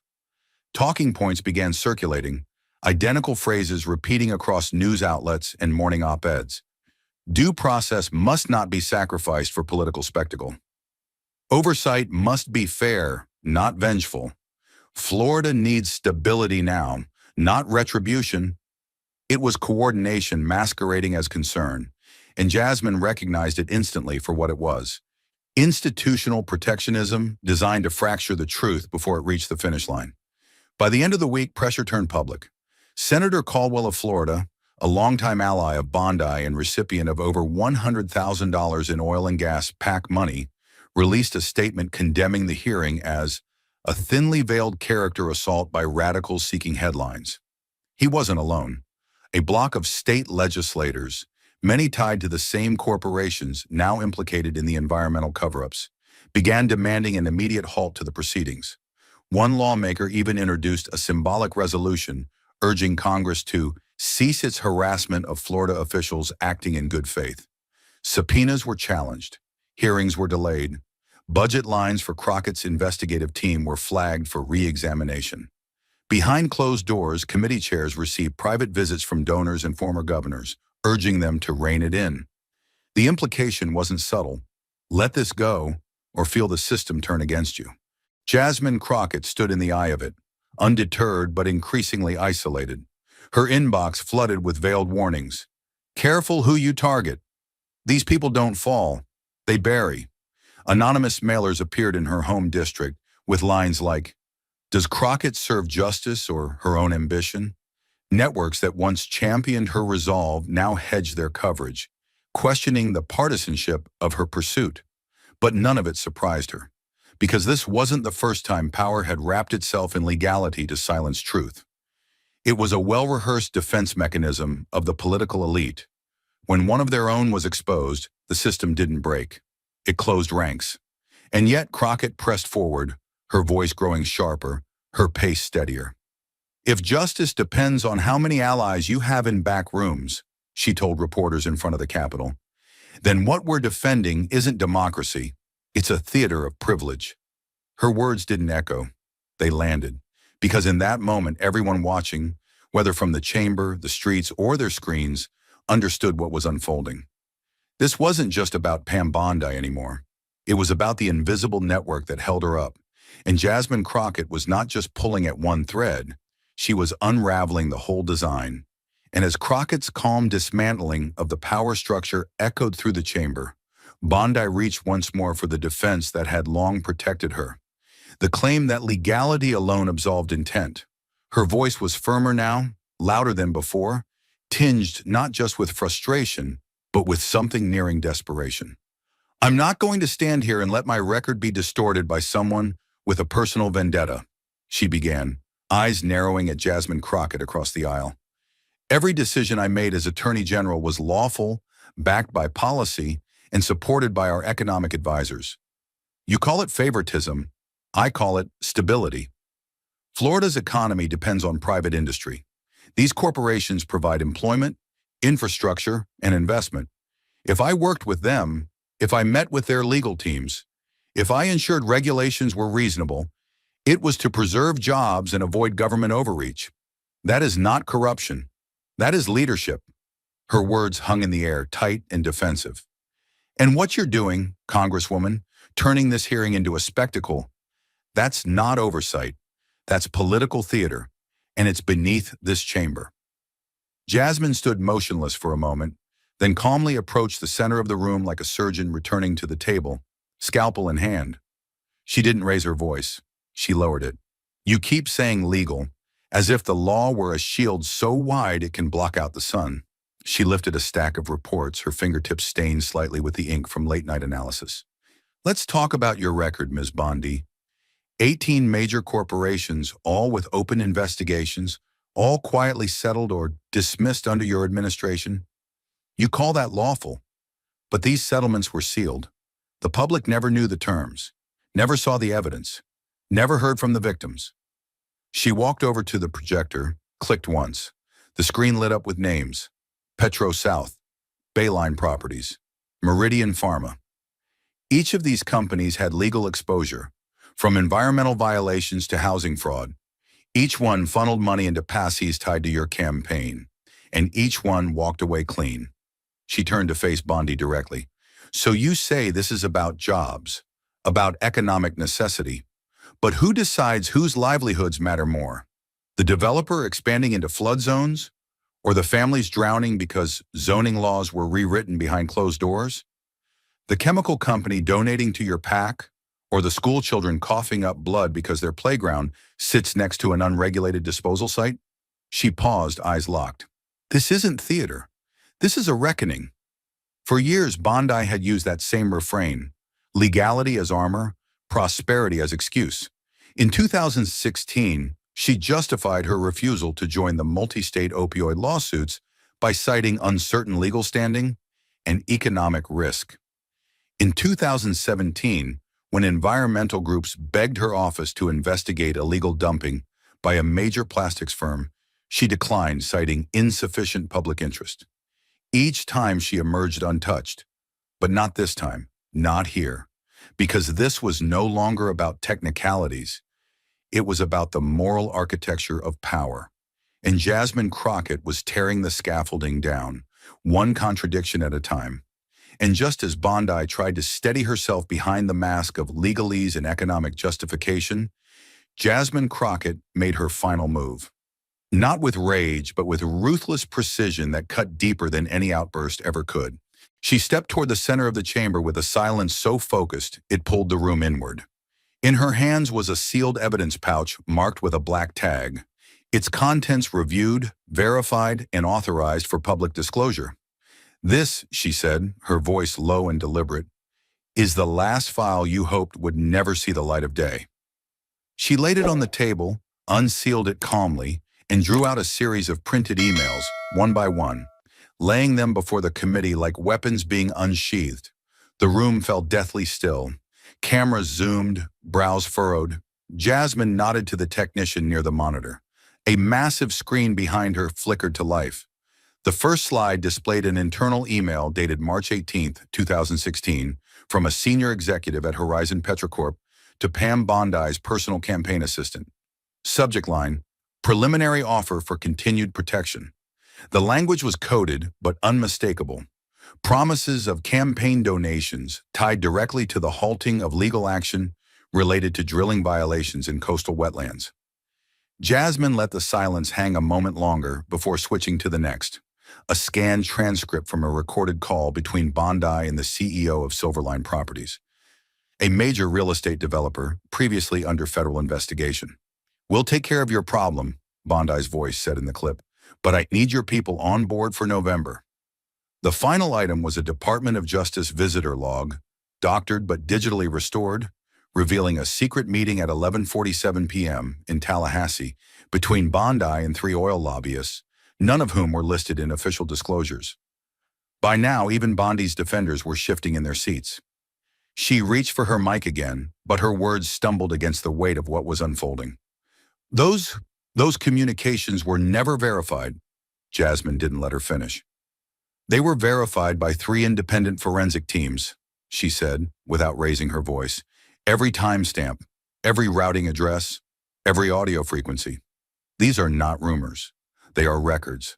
And these records expose a pattern of intentional deception and strategic suppression of public interest cases in exchange for political cash." What followed wasn't chaos. It was a kind of stunned paralysis. Members of the committee sat frozen.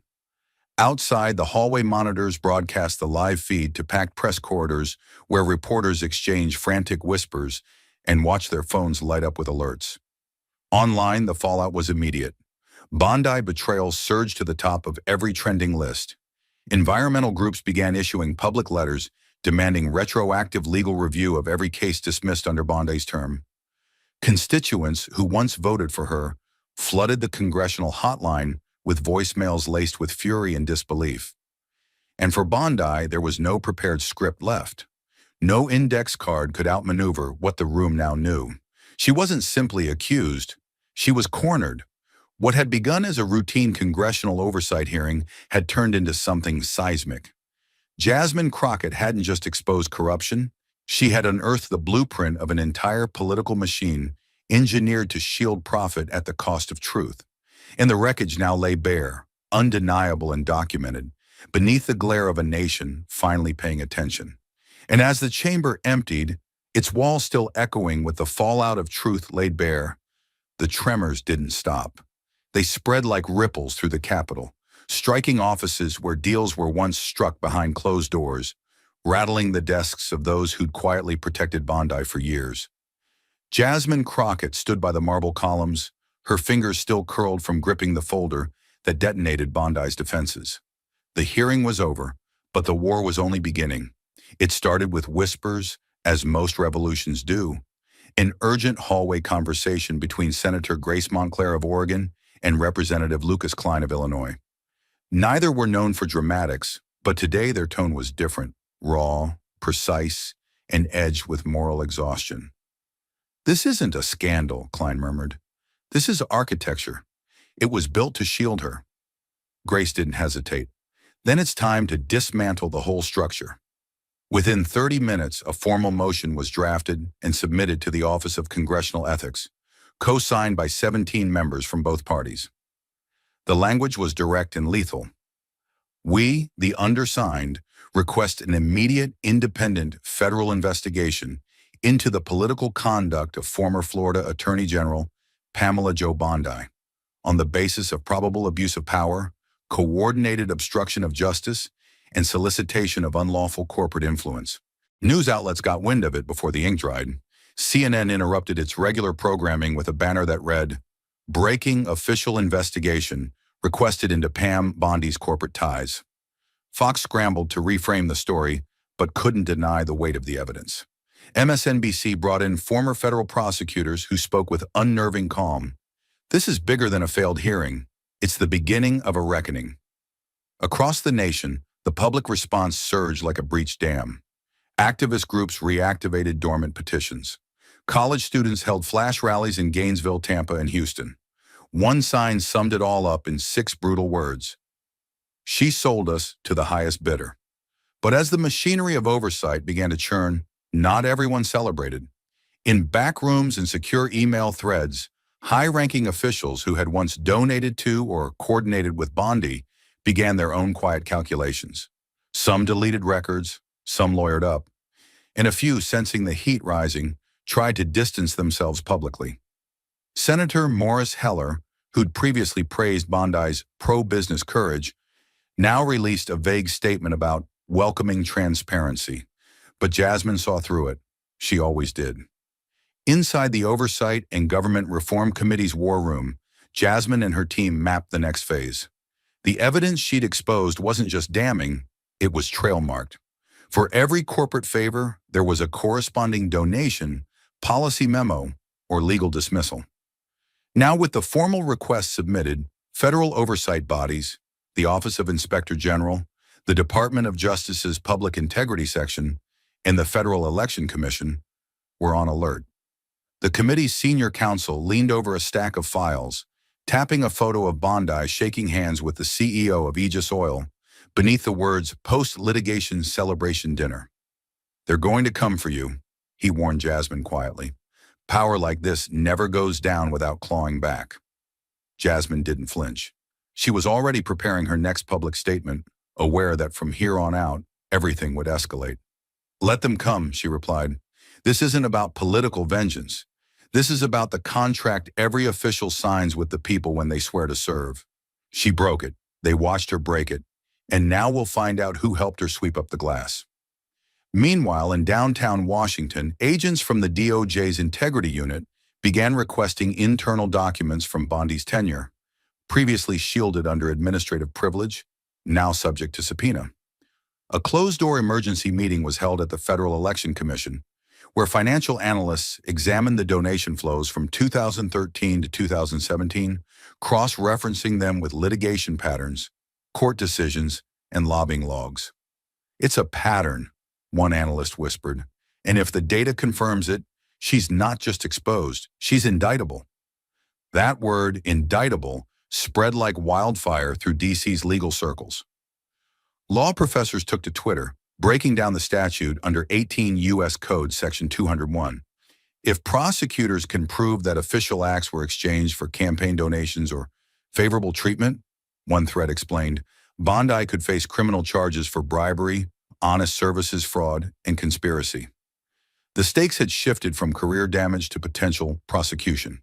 Bondi, who had once strutted through press briefings with blinding confidence, now retreated into silence. Her office issued a 2-sentence statement: "Ms. Bondi maintains her innocence and will not dignify politically motivated attacks with further comment." But no one believed silence would protect her now. Back in the Capitol, Jasmine looked out over the evening skyline, the dome glowing behind tinted windows. Her team buzzed around her, typing, coordinating with ethics officials, reviewing the legal scope of the probe. But for a moment, she allowed herself stillness. She remembered every slammed door from 5 years ago. Every time she tried to raise concerns and been told to wait, to be patient, to not rock the boat. And now the boat was listing. Still, this wasn't vindication. Not yet. Investigations are slow. Powerful people stall. Evidence is buried. And already rumors circled of Bondi allies trying to get the Justice Department to delay subpoenas under procedural review. Jasmine expected it. The corruption she had spent months unraveling didn't collapse in one hearing. It mutated, adapted, regrouped. But this time, it would be met with sunlight, not silence. As the clock neared midnight, Jasmine called for one final briefing.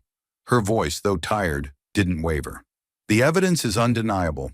The calls were recorded, the emails were real, the patterns are documented, and the public's watching. She paused, meeting the eyes of her team.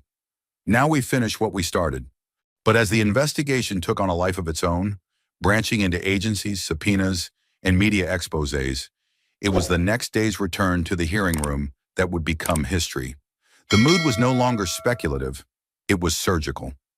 Jasmine Crockett walked into the chamber like a trial surgeon, her hands steady, her pace unhurried, her eyes burning with restrained fury. Across the aisle sat Pam Bondi, paler than usual, lips tightened into an unreadable line, her attorneys whispering urgently behind her. The cameras were back, so were the protesters outside. But inside, only the truth would echo loud enough to shatter careers. Crockett opened the final session, not with a flourish, but with a scalpel. Yesterday, we initiated the machinery of oversight. Today, we return to the roots, the evidence that brought us here. The calls, the emails, the patterns of privilege and betrayal. She raised her hand, and her team projected a full-size transcript of a call between Bondi and the CEO of Meridian Energy onto the hearing wall. Her voice didn't rise. It didn't need to. In this recording, dated April 17, 2016, Ms. Bondi can be heard assuring the executive that her office would ensure procedural delay in exchange for coordinated campaign support. These are her words, not ours, not conjecture. Bondi's head lowered slightly. She didn't reach for the mic.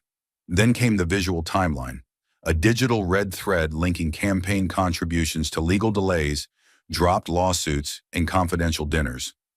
One after another, Jasmine unraveled them. Emails with vague subject lines like follow-up on joint strategy that, when decrypted, read more like negotiation memos than official correspondence. The room fell into stunned stillness. No interruptions, no coughs, just the raw clatter of truth knocking over every excuse. At one point, Jasmine turned directly toward Bondi and asked, "Do you deny that this meeting occurred at the Four Seasons Hotel, 8:03 p.m., June 9th, 2015? Bondi opened her mouth, but no words came out. Bondi's defenders tried to pivot, to question the integrity of the sources, the chain of custody, the translation, but every line of attack had already been preempted. Jasmine didn't just anticipate pushback, she welcomed it. You ask for authentication? Here are the original WAV files, metadata, and timestamps. You ask for credibility? The whistleblower is a former chief of staff in Bondi's own office, testifying under oath. Her delivery remained cold and crystalline, not because she lacked emotion, but because fury, when forged into precision, becomes undeniable.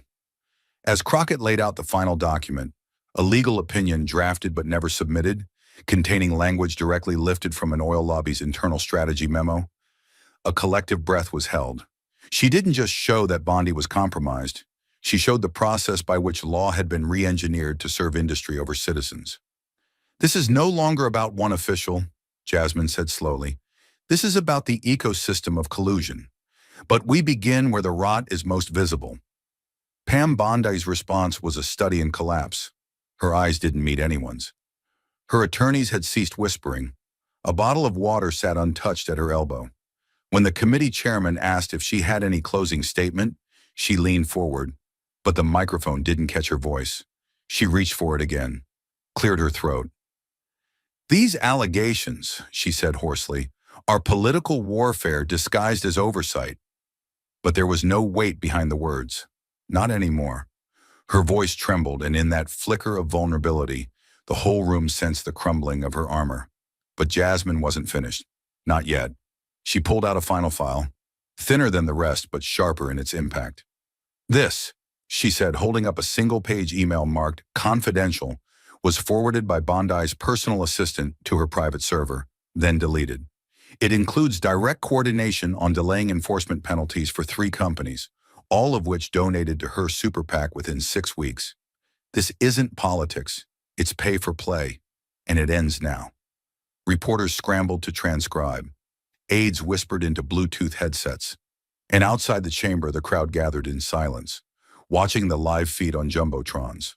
As Jasmine sat down, her face solemn, The room remained suspended in tension.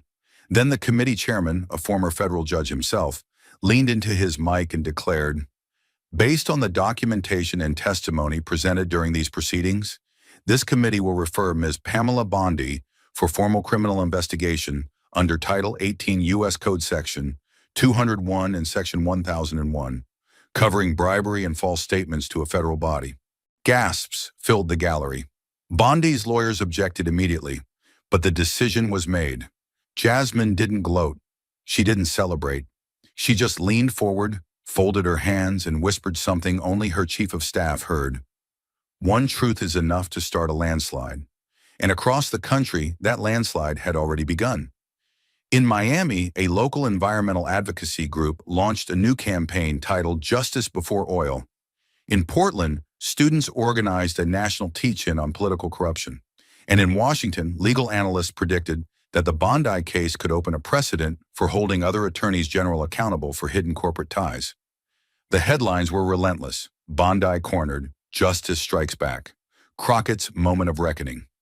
In that hearing room, under the gaze of history and the weight of a nation long manipulated, Jasmine Crockett didn't just win a confrontation. She forced a reckoning that exposed the machinery of power, tore down its facade, and reminded the American people what courage looks like in the face of institutional rot. The hearing room emptied, but the aftershock had just begun. What Jasmine Crockett ignited inside the Capitol walls was no longer a mere congressional dispute. It was now a political detonation rolling through every power corridor in D.C. As cameras shut off and reporters scrambled for satellite vans, a single question gripped the nation. What happens now to Pam Bondi? The answer came faster than anyone expected. Within hours of the committee's formal referral, government watchdogs launched immediate ethics inquiries, and federal prosecutors convened a pre-grand jury session behind closed doors. Then, without warning, the Florida Office of Executive Affairs released a terse, 7-line statement. Effective immediately, Pamela Bondi is relieved of all duties and advisory positions in relation to public policy and state representation. No ceremony, no press conference, just a severed cord cut clean under the weight of undeniable truth. Jasmine's evidence hadn't just exposed corruption, it forced consequences. Bondi's world collapsed with brutal efficiency. First came the revocation of her national security clearance, a symbolic dagger for someone who once prided herself as a guardian of constitutional integrity. Then the U.S. Bar Association placed her license under emergency review. Within 48 hours, the university board where she sat as trustee voted unanimously to suspend her. News helicopters circled her Tampa residence like vultures, while protesters outside held signs that read, "Not above the law," and "Corporate servants deserve no sanctuary." Her name, once hailed in conservative circles, had become radioactive. Jasmine Crockett, meanwhile, said little. She returned to her office, ignored the barrage of interview requests, and focused instead on writing a letter to the Justice Department, urging expedited legal proceedings. But her silence carried more weight than any podium address. She had done what few thought possible, dismantled a political titan, not with rage or spectacle, but with patience, documentation, and relentless clarity. And yet, as headlines roared her name across the country, she refused to bask in it. "This wasn't about me," she told her team in a quiet debriefing. "This was about the people who got crushed while no one was looking." Bondi tried to push back. Her legal team issued statements calling the decision political theater and accused Crockett of waging a vendetta disguised as justice. But the public wasn't buying it anymore. Social media turned savage. Hashtags like Bondi Out and Justice Crockett trended in over a dozen states. Investigative podcasts dissected her financial records, real estate holdings, and archived communications. On national television, former allies distanced themselves in real time. One senator awkwardly told CNN, "I supported Bondi's legal mind, not her alleged behavior. There's a difference." By the end of the week, Bondi's influence had shriveled into a footnote of disgrace. The corporations she once shielded issued vague apologies and pledged compliance reforms. Her consulting contracts vanished. Invitations to conferences and panels were rescinded. In an especially humiliating twist, a think tank that once celebrated her unwavering commitment to constitutional ethics removed her from their website, replacing her bio with a single line, "Position vacated." But even as Bondi faded from the stage, Jasmine Crockett understood the real fight had just begun. Because Bondi was never the disease, only the symptom. The corruption ran deeper, and the next battle would be against the institutions that enabled her, silenced whistleblowers, and allowed a public office to become a private asset for corporate manipulation. Jasmine knew the machine wasn't broken. It was operating exactly as designed. That's what made it so dangerous. Still, in that moment, when the formal letter of dismissal was read aloud by the Oversight Committee's chair, there was an electric sense of vindication. Jasmine sat still, eyes closed, lips pressed together, not smiling. She wasn't celebrating. She was remembering. Remembering the victims of environmental collapse in Louisiana, whose cases Bondi ignored, the teachers whose pensions were sacrificed for energy subsidies, the young activists she met outside her office, holding handwritten signs begging for someone, anyone, to listen. Now the nation had listened. Pam Bondi, once untouchable, now faced potential federal charges of bribery, obstruction of justice, and abuse of public office. And this time, there were no backroom deals, no protective phone calls from political allies, no quiet transfers to think tanks, only the weight of evidence and the voice of a congresswoman who refused to flinch. It didn't happen in one headline. It didn't need to. The collapse of Pam Bondi's political career wasn't marked by a single explosion. It was a slow, merciless implosion, televised and tweeted, hour by hour. The same networks that once praised her as Florida's iron spine now dissected her every move with forensic glee. Morning anchors used words like betrayal, greed, and deception with a confidence that hadn't existed just days before. One panelist on MSNBC didn't even hesitate. Pam Bondi's career is over. Not paused, finished. The fallout swept through every layer of American political discourse like a firestorm. Online, number "Bondi sold us out" trended above sports, music, even global news. Her official accounts were flooded, not with threats, but with bitter disappointment. Teachers asked why she undercut environmental lawsuits that protected their students. Cancer survivors demanded to know why she blocked legislation tied to clean water.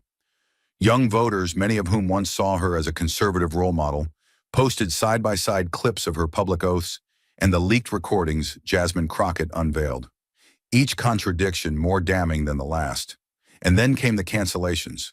One by one, political allies deleted her from public memory. A scheduled keynote speech at the National Conservative Forum was pulled without comment. A university rescinded her honorary degree. A corporate PAC that once donated to her legal defense fund issued a statement reading, "We no longer align with the values demonstrated by Ms. Bondi's conduct." It was more than reputational damage. It was erasure. Her legacy wasn't just in flames.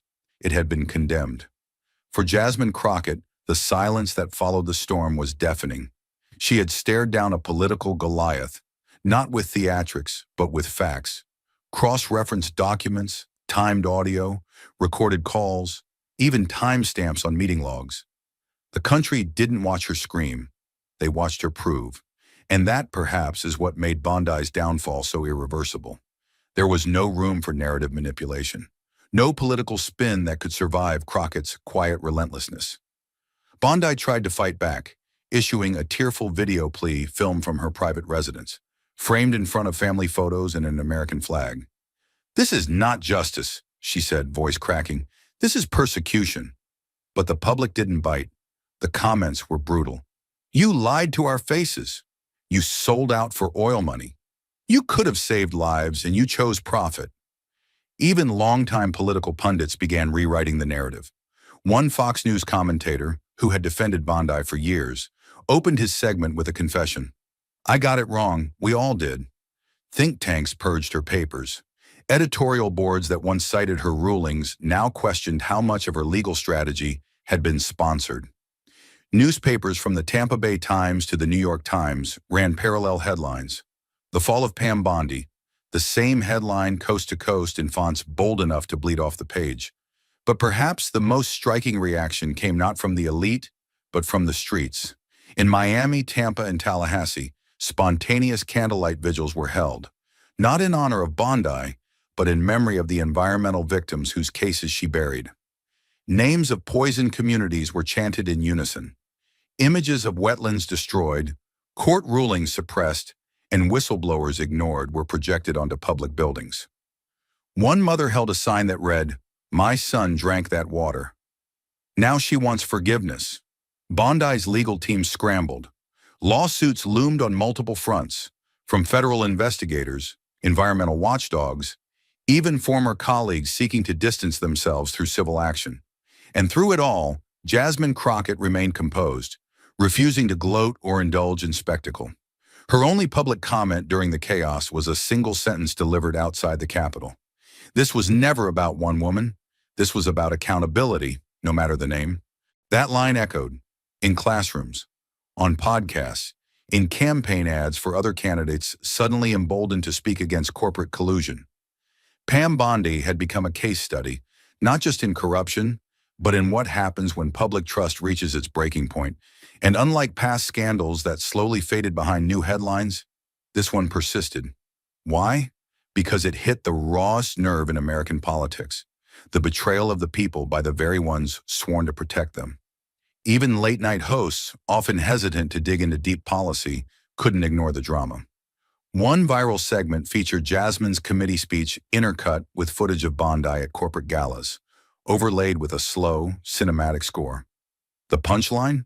A moment of stunned silence, then applause. The audience wasn't laughing. They were grieving. This wasn't comedy. It was catharsis.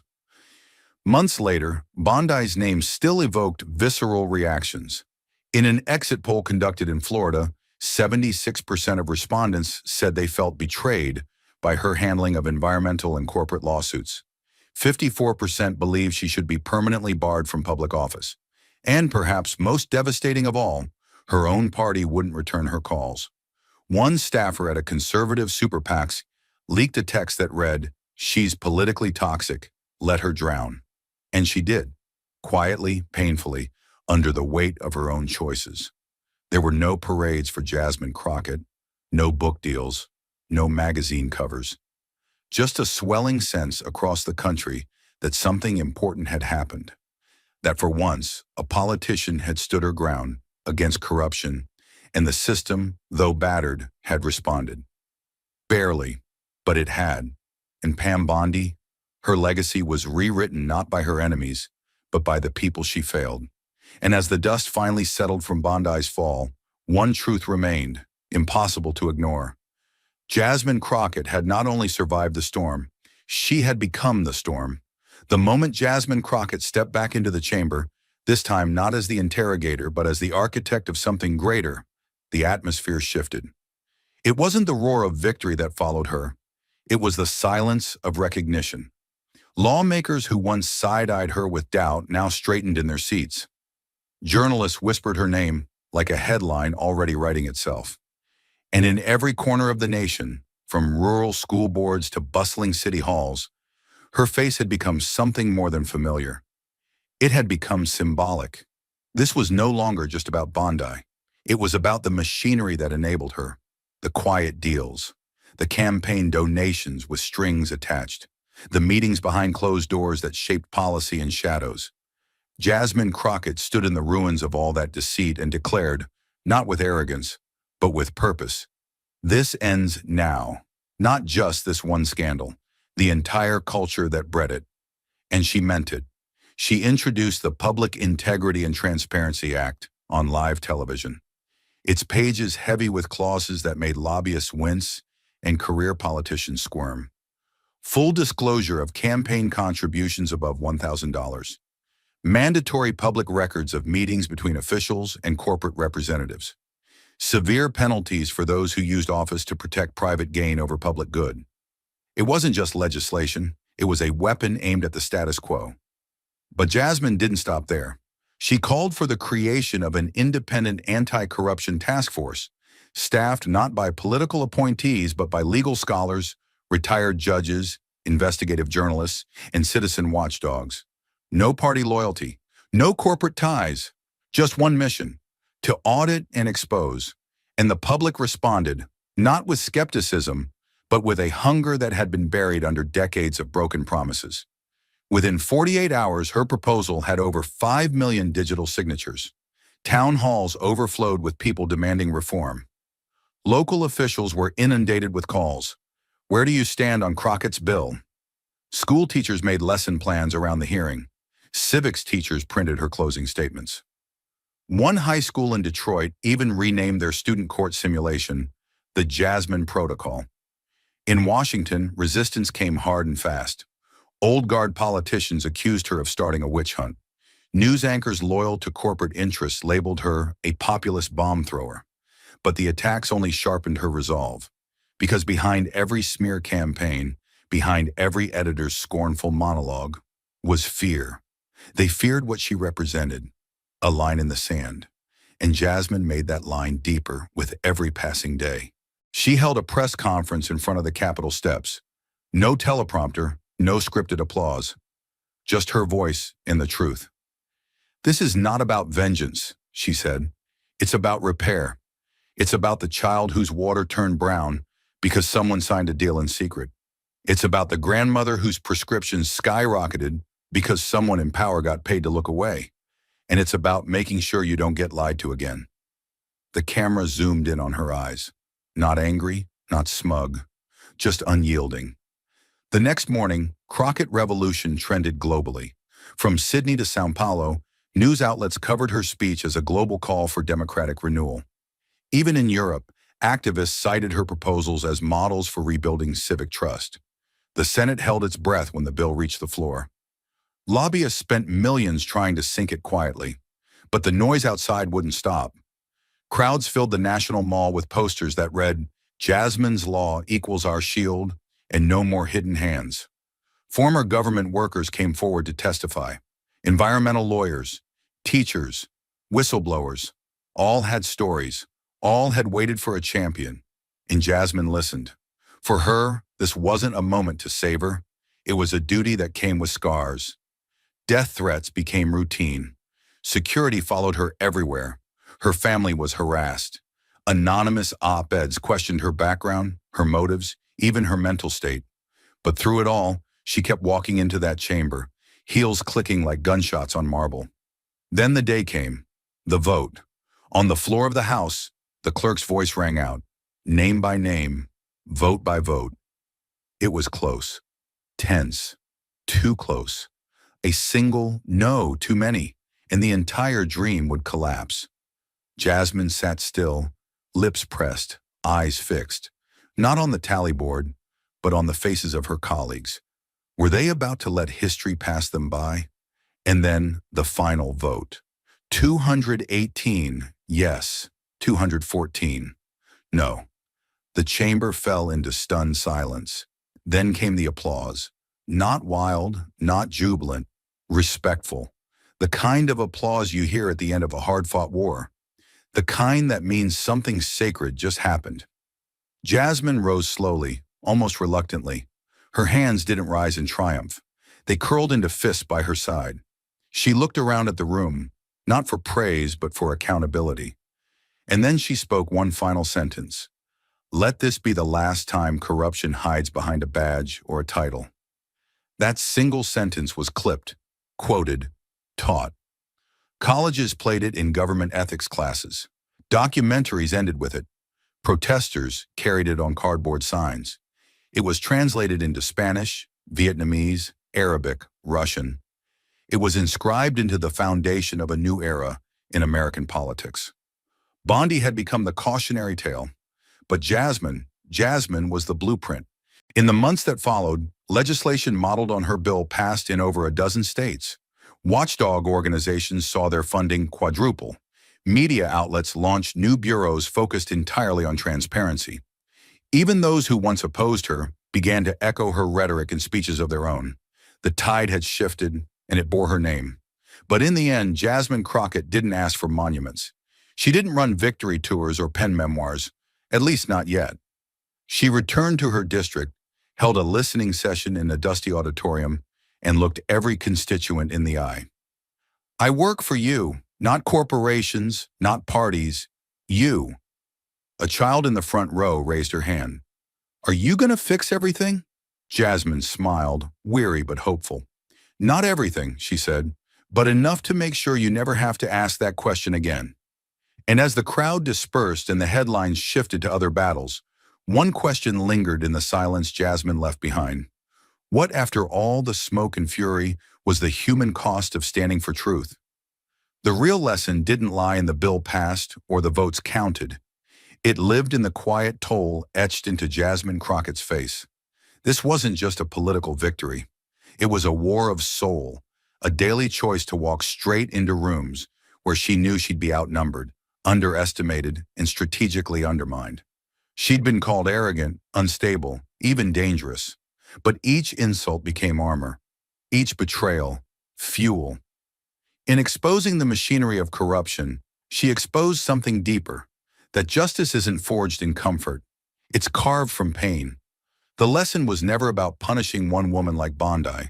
It was about proving that no one, no matter how powerful, should be immune to consequence. And it was about showing that integrity doesn't come from having nothing to lose. It comes from choosing to lose everything and still telling the truth. Thank you for watching until this moment and for standing with us on this journey for justice. Your support means everything. Like, subscribe and turn on notifications so you never miss what's next. And we'd love to hear your thoughts. Leave a comment below and let us know what moved you most in this story. Together, our voices make a difference.